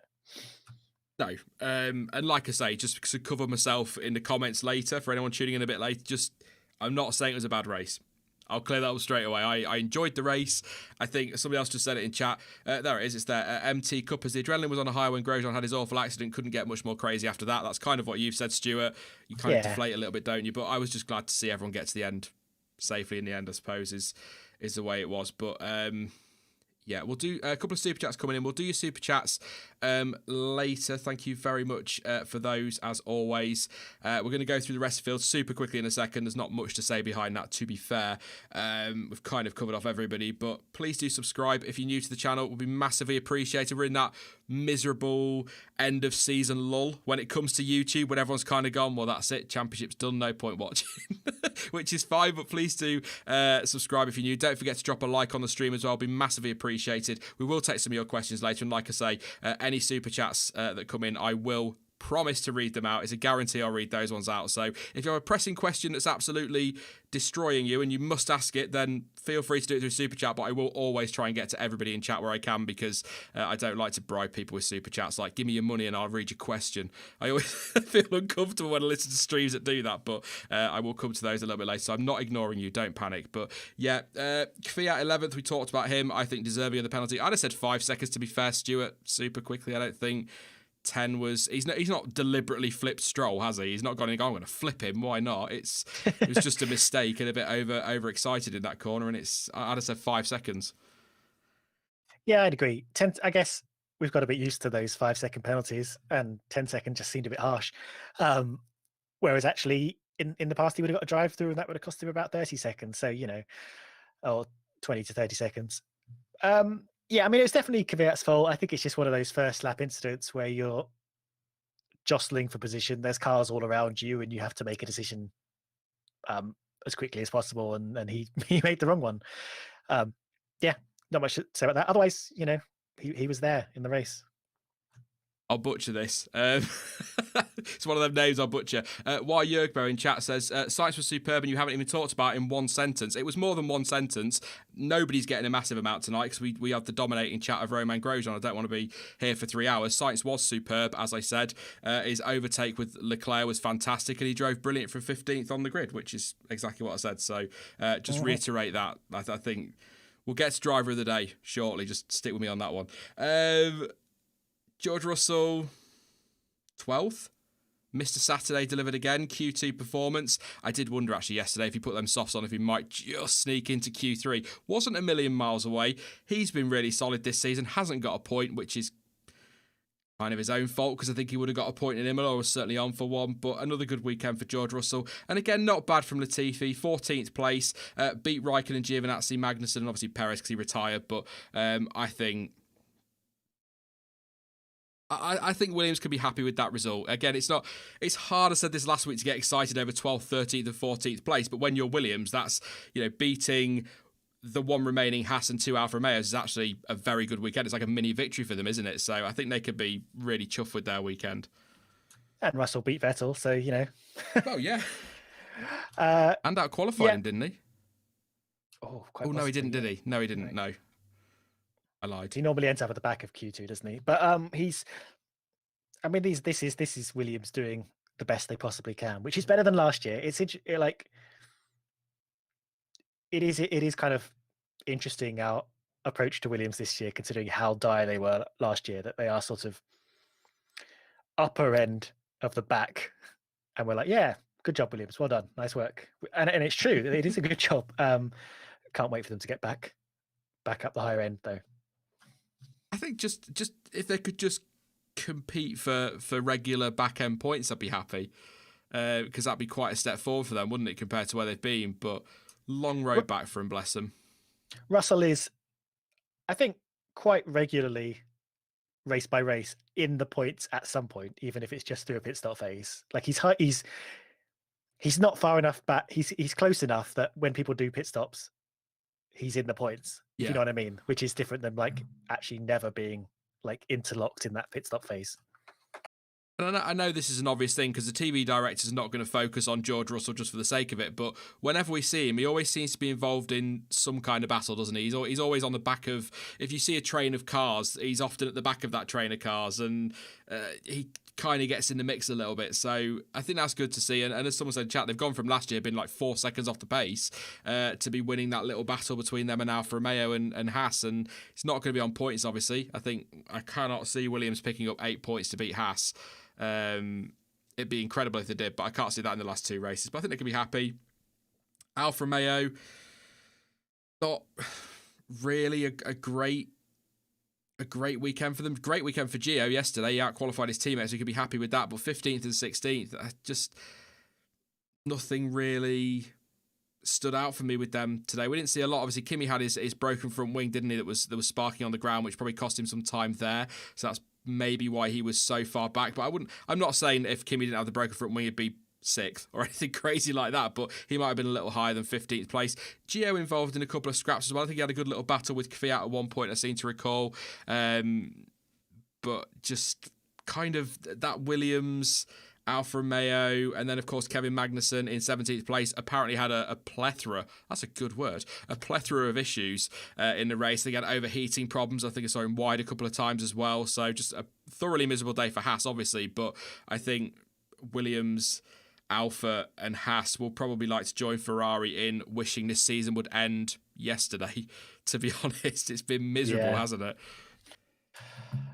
It has. It's hard to really say. It's really hard to know what to say about them anymore. But yeah, I mean, they were there. I saw on the subject of Alfa Romeo, someone sent me a screenshot of Gio essentially kind of brushing Kimi up against the pit wall on the restart. I think the first restart, but I never saw anything more about it than that. And I didn't save the tweet, but I think, yeah, there's a bit of an aggressive argy-bargy between the two Alfa Romeos on the restart. Other than that, they were present. And what else can you say? We're now being followed by somebody on Twitter called F1 Word Mega. How many times has Sean said mega? Great. I'm going to say that's Dan Philpott. That's my guess. And Gabriel Ryer over on Twitter, I'm going to read it again. Apologies if it's language that offends. Says, so for rock stars and wankers, we have Sector 1 marshals as rock stars and Sector 2 marshals as wankers, and they've tagged 3 legs, 4 wheels in that. So I assume that's something that they do, but I think that's a really good way of summing up the marshals today. Wasn't it brilliant at turn 1 and then an idiot in that final sector or in the second sector? So yeah, but we'll wrap up the run through the field. It's not a review, obviously, as I always say in these, so don't get upset if I've not spoken about your favourite driver for an hour, but it's just a reaction to the race. There was plenty to react about for what was the first. I mean, we didn't see a race. I think we were racing. The race had started and we'd been going about an hour and 15, hour and 20 minutes, something crazy like that, and we'd not seen a single racing lap because we had the safety car out after the Stroll flip as well. So lots to cover there. So we'll talk about it a lot. Yeah. Like Mugello, really. Yeah, basically. But I'll talk about it loads over the coming week. I'd imagine it'll probably get featured in the preview. We'll talk about it next weekend. These 3 races come thick and fast, so they might kind of merge into one in some ways with content and coverage, but I'll keep on top of it. It's fine. But Romain Grosjean, official driver of the day. Let me know in chat one surname who your driver of the day was. I understand why Romain Grosjean got driver of the day. If we're basing it on performance, it's not deserved. If we're basing it on wanting to send him a little bit of love and support, it absolutely is deserved. But who have you got for your driver of the day, Stuart? Aside, obviously, from Latifi. I hadn't given this any thought at all. And you know what? I think that guy in the chat was right when he called you out on not mentioning him enough. I think it has to be Sainz, doesn't it? Solid, amazing drive from not a great position, if I'm right, and gave us some great overtakes. 5th at the end, helped consolidate McLaren's 3rd in the championship. I'm going to give it to Sainz, based on about 10 seconds of thought. Looking through the order, I would say Sainz, because 15th on the grid to 5th, like I say, great battle with Leclerc, some good overtaking. I'll tell you what else he did as well today. He overtook cars when he needed to. I'm sure it was him that passed the Renaults. He had to pass them Renaults at that point while they were messing about, so he did. He got those done. That is why he's 5th today. He falls a point behind Lando Norris in the Drivers' Championship, but there's still a point between them. I'm loving that battle, by the way. Absolutely brilliant from Sainz today. 100% my driver of the day when I look through that order, until I get down to retirements and see Sergio Perez sat there and think he was in a racing point. He was comfortably 3rd. Alex Albon he might have been closing at the end as the car started to fail, but Alex Albon never really troubled him. He managed his tyres perfectly. His pace was there when it needed to be. He covered off what they needed to, so team nailed strategy instead of throwing it away, like they did in Imola, I think it was. And I suppose you could save him with Lance Stroll in Turkey, but there was other issues there as well. But it's hard not to say Perez for all of those reasons, because I think he thoroughly deserves it, because he was 2 or 3 laps away from that podium, and the failure is not his fault at all. So, yeah, can I give it to 2, or do I have to pick one? You're going to have to pick one, aren't you? It's not fair.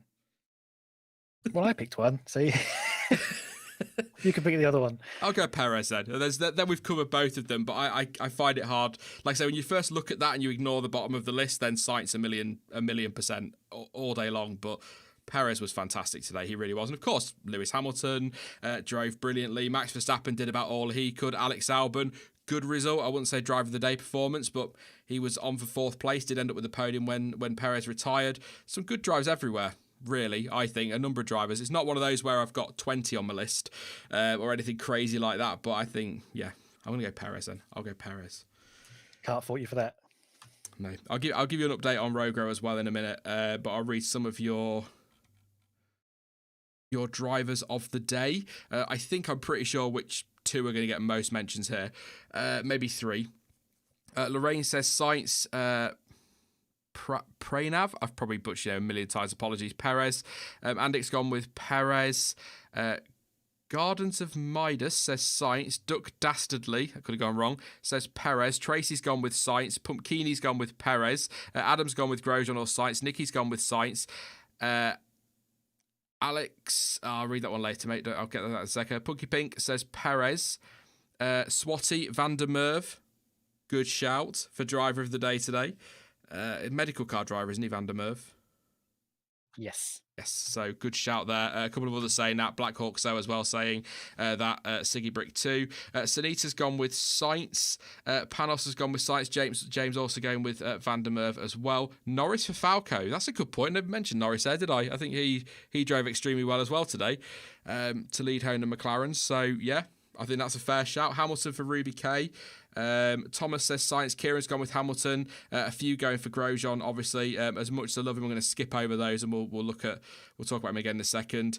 Jean's gone with Science. A few more going with Van der Merve, of course. Science for Monk. Sam says Safety Team, Grosjean and Halo. I don't think Halo's a driver, but I take your point. Charles has gone with Williams. Sean, who spelled his name correctly there, says Science probably. Williams sent Norris or Science for me. I'm a McLaren fan, yes, but they both did do well. A little bit of bias, but I think on this occasion you are spot on. They both did very well today. Hey Ray says Perez as well. Duck Dastardly said never Latifi. Oh, God, Stuart, I can't believe you even thought about that. Sorry, it's my favourite. Maurizio said Norris. Couple more. Jacob's gone with Norris as well. I think that's a reasonable shout. Perez for Speedstar. And one more. Tonka Toy Truck has gone with Carlos Sainz. Lovely stuff.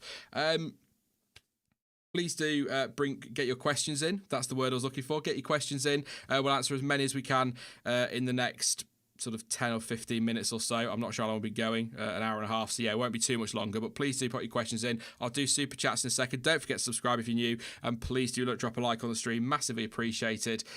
We've currently got 1,300 watching, 385 likes. So get a couple of more there. Let's get it over that 400 mark or whatever it is, and that'd be massively appreciated. But update on Grosjean from Andrew Benson, BBC. I think pretty much just building on what I said earlier from the Sky post that was sent to me by Adam. Romain Grosjean will remain in hospital overnight. So he's in hospital tonight, the Haas team say, to be treated for burns to the back of both hands. All x-rays came back free of fractures. So some good news there. No fractures for Romain Grosjean. And burns on his hands, bless him. So, and actually, it's possibly what I've just read, but I'm going to read it. It's an official Haas F1 team statement. It says, following medical evaluation by doctors at the Bahrain Defence Force Hospital, Haas F1 driver Romain Grosjean will remain in hospital overnight to be treated of burns sustained on the back of both hands after his opening lap incident at the Bahrain Grand Prix. All X-rays performed on Grosjean came back clear of fractures. Updates will be given when further information is available. I know that's exactly what I just said from what Andrew Benson said, but it's always great to read it from the official team as well, just to confirm that is 100%. As Chris Medland found out this week, you've got to be careful what you say as a journalist on Twitter. How dare he make a mistake as well? Oh, bless him. I laughed at that quite hard, which it may be harsh, but yeah. We've all made mistakes, but if you're going to do it like to the point where a driver even calls you out, not just on Twitter, but also I think on the coverage before as well. Was quite a moment, so he's famous. Chris Medland, even more famous. Andrew Barron says, Grosjean has minor burns on his hands and feet, but he should be back next week. Also, if you look at Jean-Éric Vergne's Twitter, you can see that the halo saved his life, no ifs and or buts. Thank you very much to Andrew Barron. Actually, on the halo thing, picture was shared. It was possibly by a driver, but a picture was shared of the damage on the halo. And whilst the carbon fibre has obviously been damaged, because that's what it's supposed to be, the titanium, there's not a scratch on it. And I think that is, wow. Those things are built. I know they need to be, because that's the point of them, but they are built to last, aren't they, Stuart? If they can survive that with just damage to the carbon fibre and everything that needs to be intact still is. I said at the start, and I said it on Twitter, the Halo debate for me should have ended a long time ago. Yes, I've got that video. I know that was 3 years ago. Leave me alone. But that Halo debate should have ended a long time ago. I don't think there's any debate over whether the Halo should be there after today. Surely. No, agreed. I think I don't know what you see in the discourse. I think it's quietened down quite a lot in Mm. well, over more than just the last season. I think partly, I think just because we're used to it. I mean, that's what cars look like now, and we're not really bothered by its weirdness, and partly because we've seen a few accidents where mostly near misses to the part, but where things have hit around the cockpit, and we're like, oh, well, thank goodness the halo was there. And I think this really cements it. I'm going to say, I was about to say I would be interested, but not in a let's do an experiment kind of way. But I'd like to know if something like an aero screen could have withstood that, to be honest, because having a big metal structure is pretty solid, as you described, not a big titanium wishbone. Probably much more strong than aero screen, but that's moot, isn't it? Yeah. That's definitely a debate for another day. But I tend to agree. I think the Halo is probably better than the aero screen. I actually, actually weirdly, very quickly, I actually think the aero screen aesthetically looks worse than the Halo. That might be a very unpopular opinion. Yeah, and definitely not a can of worms open too much. I think it does make the Indy cars look strangely shaped, but maybe that's just the getting used to it phase, I think. But yeah, and I think ploughing through a barrier is not a traditional F1 accident as well. So obviously it's not, each have their own benefits. But yeah, like you say, another time. Yeah, and of course, just super quickly, IndyCar will have picked the one that most suits their series, and Formula One picks the one that suits the challenges in its series, doesn't it? So yeah, it's safety. It's safety. Black Hawk So says, do you think they will equip the medical car team with full race helmet in the future to help the protection from fire should today happen again? That's a very good question, Black Hawk. So thank you very much for your contribution there, because when the medical team got there, didn't they, and they were open face helmets. So actually, maybe going forward, they should be fully kitted out with things like that. Again, like you said, though, this is something that we don't see very often, and it's been a long time since we've seen a car burst into flames like that. So maybe that's something that the FIA in their investigation, Ross Brawl saying it's something we couldn't predict. Maybe that's something that will come into the investigation, and they'll say, look, guys, you need to be better protected on your face, because that could have we could have had injuries to the medical team there. They were so brave to just throw themselves in there like that. Possibly even against protocol. I don't know what the protocol is in that situation, but possibly. Again, we'll discuss it a bit more in depth at a later date. But do you think that's a point from Black Hawk So that maybe we need to be protecting these medical teams a bit more? Not us personally. I mean, you can if you want. I don't know what you're doing with your afternoon, but yeah, I think there's definitely scope to have like a proper discussion about this in general, like safety systems with track marshals. I think there was a lot of talk also of the benefit, risk reward of having all these volunteer marshals, local marshals that you have to train up versus having a more solid set of like emergency responders and marshals that travel around that are FIA backed and stuff.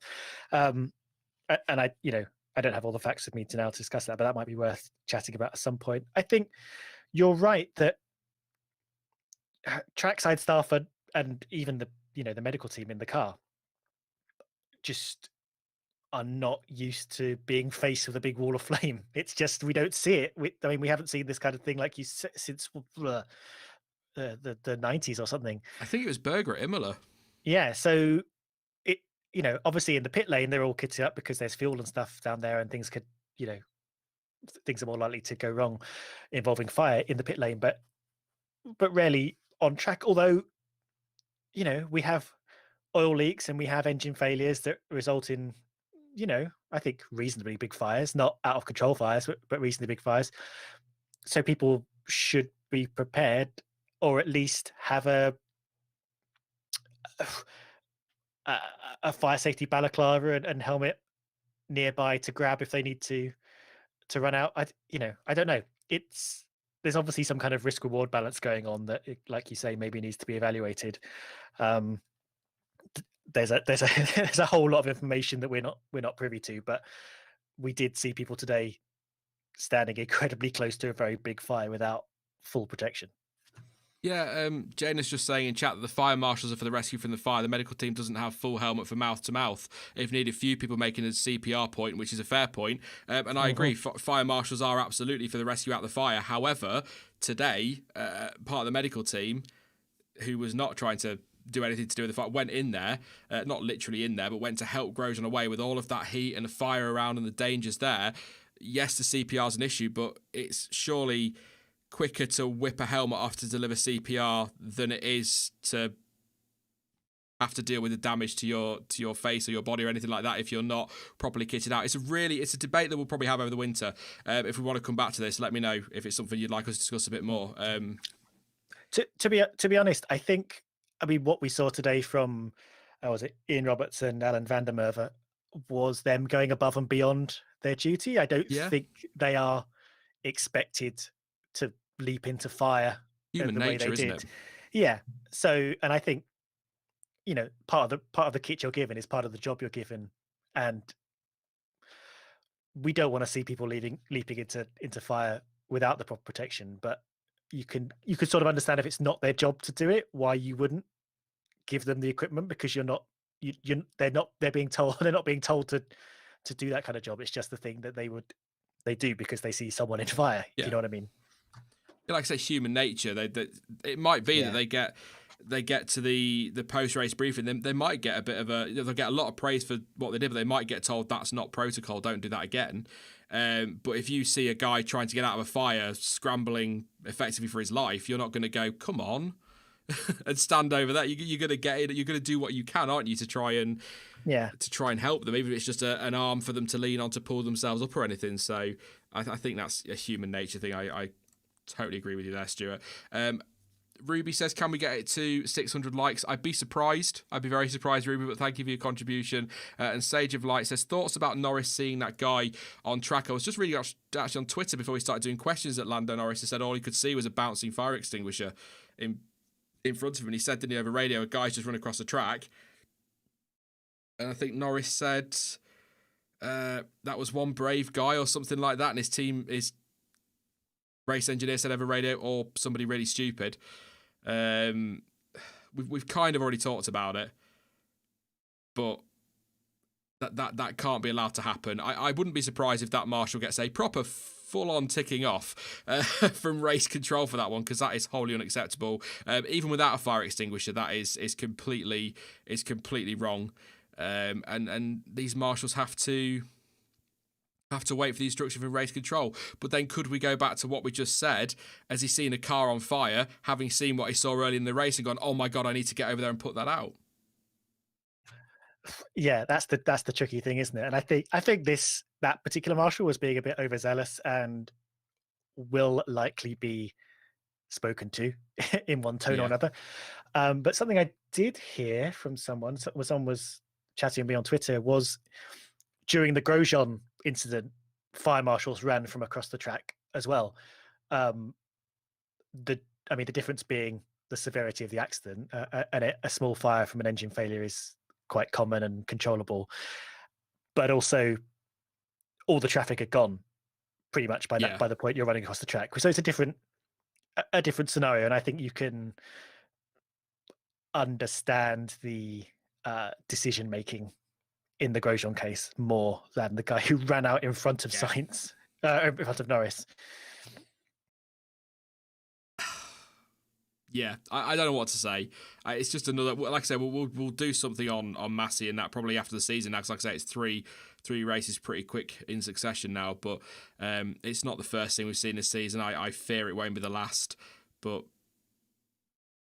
just stupid. Because the thing is, some might say, oh, well, it's his life, he's taking that risk. Yeah, fine, but he's also risking the life of drivers, other marshals, because if Norris hits him, God forbid, that fire extinguisher's got to go somewhere, as we saw with Tom Price, hits him on the head. I'm sure it was his head, and that was the end of that, is the only way to put it. And then you've got, where does the car then go after that?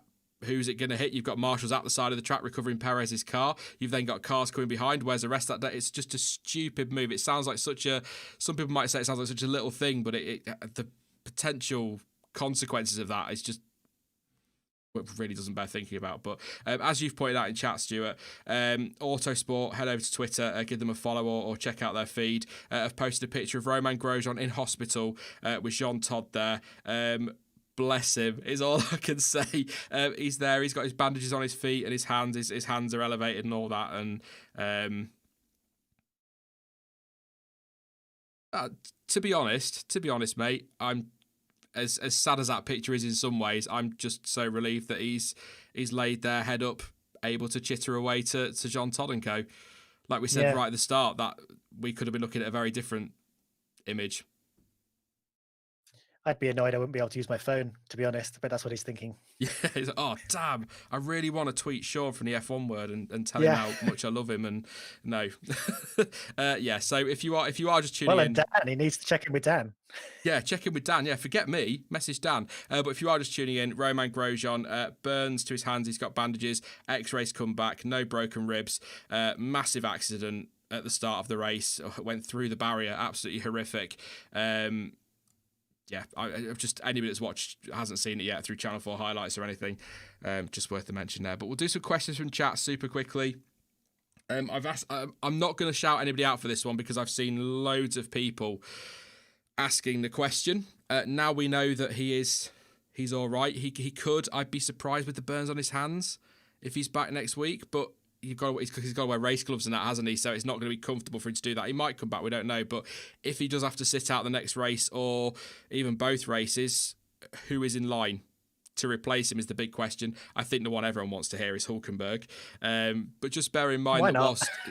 he might as well, hadn't he? But whilst it's very easy for Hulkenberg now to hop into a racing point, he's had a seat fitting, he's driven that car, it's a bit more complicated in the space of a week to get him in that Haas. So, of course, a week... It's not a week, it's 5 days really before practice. They've got plenty of time to fit him for a seat, but it's a little bit more complicated than just throwing him in on Saturday morning like they did back in...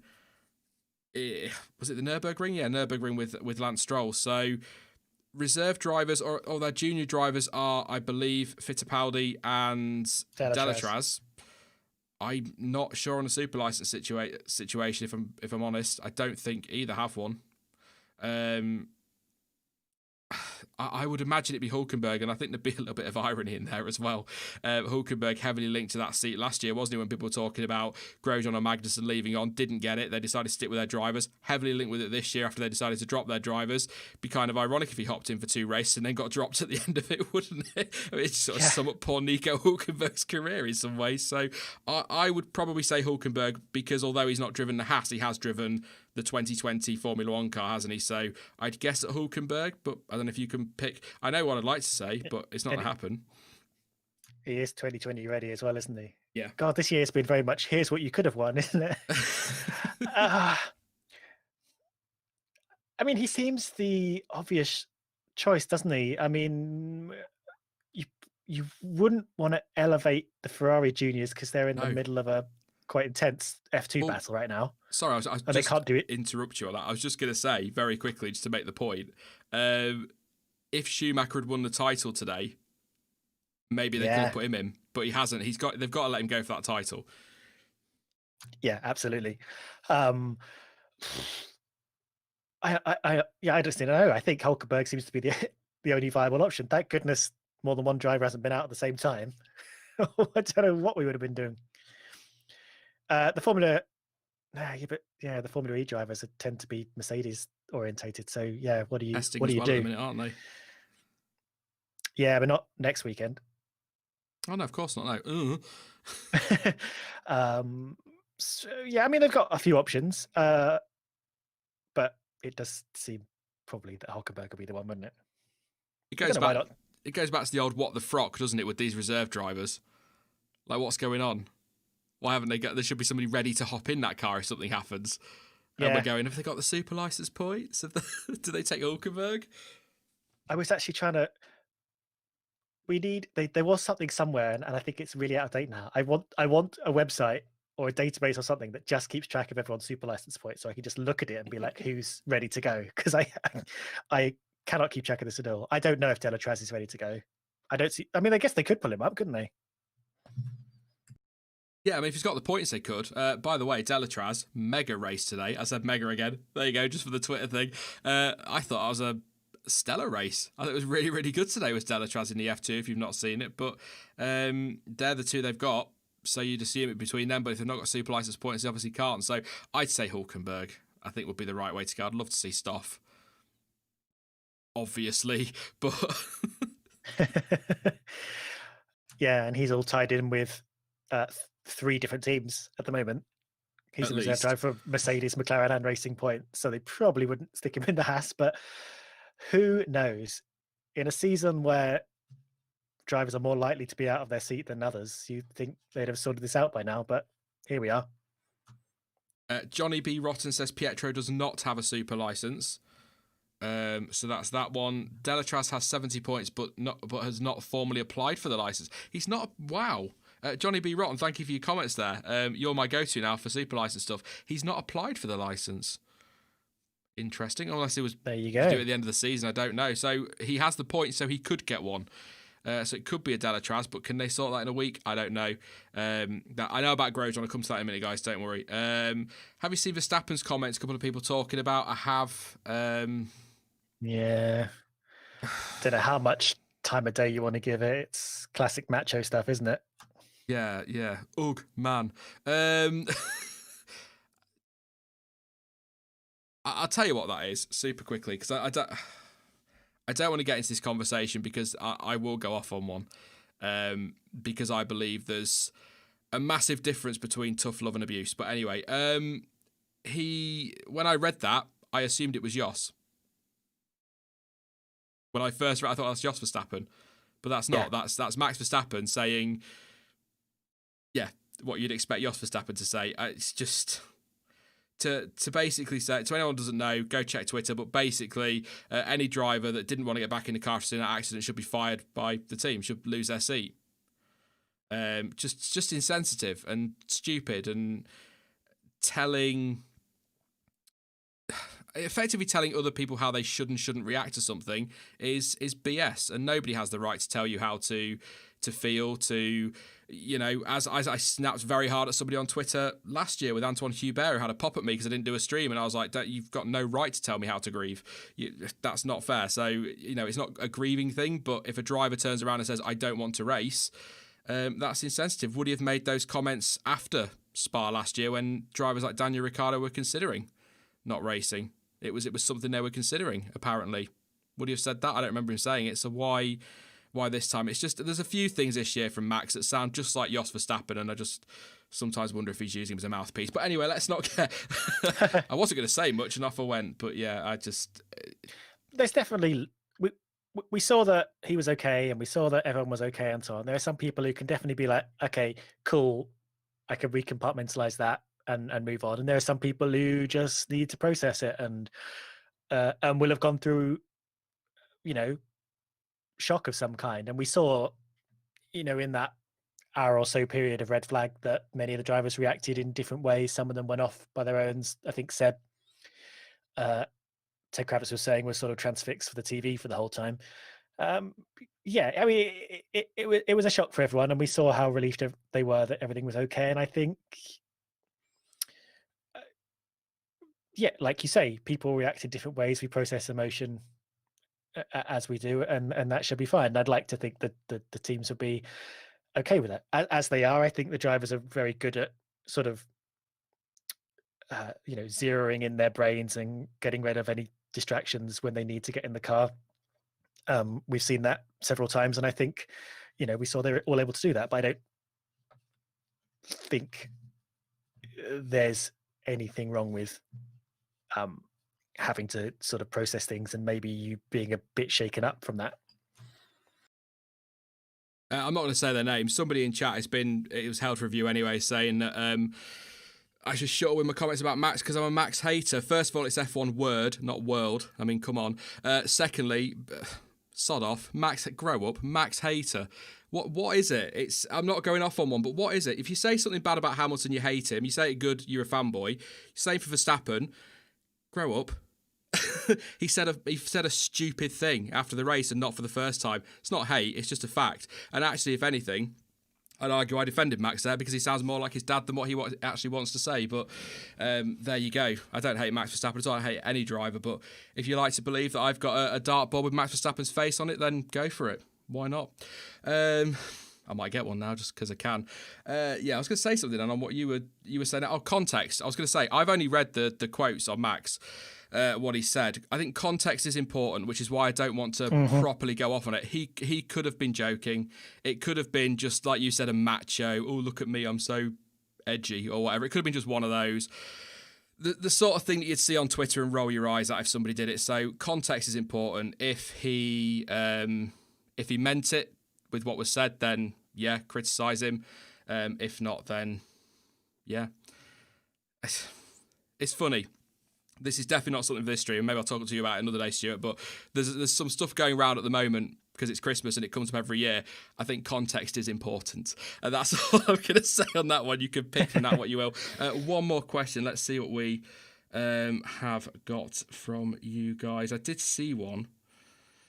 A couple of people are saying it could have been a joke. Somebody just been a bit edgy. That's the point. Until I've actually sat and listened to his tone and taken some... It's just a dumb thing to say after that. And it may have been, as somebody just said there, it could have just been too soon. If he says that in 6 weeks' time, we probably don't bat an eyelid, do we?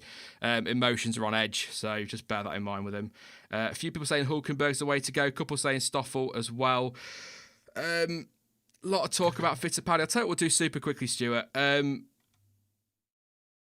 Fantastic F2 weekend. We'll talk about this very, very quickly because it is critical because it's a title decider next weekend. Race 1, not great. I didn't think the feature race was amazing, but it was okay. But the race today, swings and roundabout. Come on. How many pendulum swings do you need in one race? Callum Ilott, mistake, hits another driver, got a penalty. The title looked like it was going Schumacher's way, but then he only managed to pick up a very few points, didn't he? So title race is still on as they go to this final race. I guess the question, Stuart, is who's your money on? It's Schumacher's to lose, surely. It's got to be Schumacher's to lose, but you can see how easily it can swing away from him. There doesn't seem to be... The momentum doesn't seem to stick around for very long, does it? Very different layout next week, and then that's it. So I think it's got to be Schumacher, hasn't it? But I'm not discounting Ilott because Ilott's been mega all season long. It's been a great battle. There's still technically 5 people in it, even though it's spread so much that it's really just Ilott and Schumacher. To be honest, I'd be happy for either of them to take it. I really want Ilott to get himself a good seat next year, to be honest. I don't know why the discussion has sort of moved away from him that much. If I'm gonna put my money where my mouth is, Schumacher, but I wouldn't put a lot on it. No, I said to you, didn't I, earlier, that I want Schumacher to win the title, not because I'm a Schumacher fanboy or anything daft like that, but because if Ilott wins the title, he's not going to drive next year, and I think he's too good a talent to not have a drive somewhere. And at least if he doesn't win the title, of course he wants to win it because you want success, you go for achievements, like you want to race, you want to win titles, but if he doesn't win it, at least he can have another year in F2 and maybe build on that and take on Schwartzman next year. And if he wins the title next year, 2 really good seasons, he might turn some heads for 22 in F1. So I don't want to see him win it and go down the route of so many drivers that just end up as a reserve driver somewhere and maybe pick up a couple of races in another series somewhere. And I think Callum Ilott's too good for that. If it were up to me, 100%, if I were Haas, I'd be taking Schumacher and Ilott. They've got their money situation to think of, so they're going to take Mazepin, it looks like. But I just want to say on Mazepin, his junior career is not glittering. Some people tell you it is, it isn't. Prior to this season, I didn't think he was all that good at all. He's actually had, to be fair to him, Stuart, a very solid season. Probably his best season of his junior career, I'd argue, because I don't think that GP3 season, yes, of course, he finished second in the championship, but he finished second to Hubert. Hell of a talent, as we know he was, and just ahead of Callum Ilott. That's great, but the rest of the field was hardly fantastic for the rest of that season, so I don't actually think that was all that good. Whereas this year, he's third in the championship and he's taking on Mick Schumacher, the future. Callum Ilott, people highly rate him like I do. I've just ruined his career saying that, just like his Stoffel. Never mind. He's beating Robert Schwartzman and drivers like that, so I think this year is maybe the year that Mazepin went, hey, all right, yeah, I've got money behind me, but look, I can drive, and maybe he's showing like Lance Stroll that maybe he's getting to Formula One at this stage because of the money, but he's got something to back him up. I don't think he's amazing, but he's been good this season. Yeah, I completely agree. And I think, we were reminded of it this weekend. He had some good races, and particularly the sprint race this morning. Solid pace. I hope he sort of gets himself together. I feel he's probably moving up a little bit too quickly for my liking, but and like you say, I would have picked Ilott and Schumacher if I didn't have to worry about money and just wanted to get talent in seats. So, I mean, yeah, I hope he continues to improve and show consistent form if and when he's in Formula One next year. Which in the Haas, kind of trickier to show, but we'll see. We'll see. He'll be if he's in that Haas next to Schumacher, that will be an interesting side-by-side comparison. If they battle like they did today as well, could be quite fun. Oh yeah, nice little scrap between them. But we'll wrap it up there, Stuart, because I know I've been going a little bit. I know we had a lot to cover with Romain, but I'll just leave us with this from Romain Grosjean on Instagram. Says, update from the hospital. Might not be able to reply to all the messages I got for a while. Thank you for all the support and to the FIA and medical crews that took care of me. Hope to see you all soon. So that's from Romain Grosjean. Thank you, Stuart. It's been a pleasure as always having you on, and hopefully the next time we do a race reaction together, we've got something a little bit cheerier to talk about at the start. Well, we could be very glad that everything's all right with Romain. And if you go on the Haas F1 Twitter as well, there's a video of him and his very big hands. But he's smiling and happy, so that's good. Yes, thanks for chatting. It was I want to say good. It was good. Yeah, Good chat. The chat. Oh, thanks. Chat was terrible. Strange day, but very glad things went the way they did. Definitely. Cool. Yeah. I'll chat to you later. Yeah, talk to you soon. Bye. Bye. Thank you to Stuart. Thank you to you guys as well for tuning in. Massively appreciated, as always. I will be back. It's usually middle of the week, isn't it, after a race reaction stream? So I'll be back middle of the week for a bit more F1 waffle preview, of course, for the Sakir Grand Prix on the oval-like. That's sarcasm. I'm doing the quotes. You can't see it. Air quotes, oval-like circuit. It should be a mega weekend. Said it again. For us all, very much looking forward to seeing how cars handle that circuit, as I'm sure we all are. But I think the best way to end this one, obviously, the usual stuff, links in the description to social media. Thank you for your comments and your questions. Thank you for your super chats. But the most important thing today is that Romain Grosjean is as okay as can be expected. If you are just tuning in and I'm wrapping up, burns to his hands, his ankles, no broken ribs. He's going to be staying in hospital overnight, and hopefully we'll see him back in a Formula One car, because I'd like him to get another race before his career comes to an end. But yes, thoughts, of course, with Romain Grosjean. He won't be listening, but if he is, get well soon. Thoughts of the whole F1 Word community are with you tonight, Romain. So yes, we'll wrap it up there. Thank you so much for watching. I've been Sean. This has been the F1 Word, and until next time, goodbye.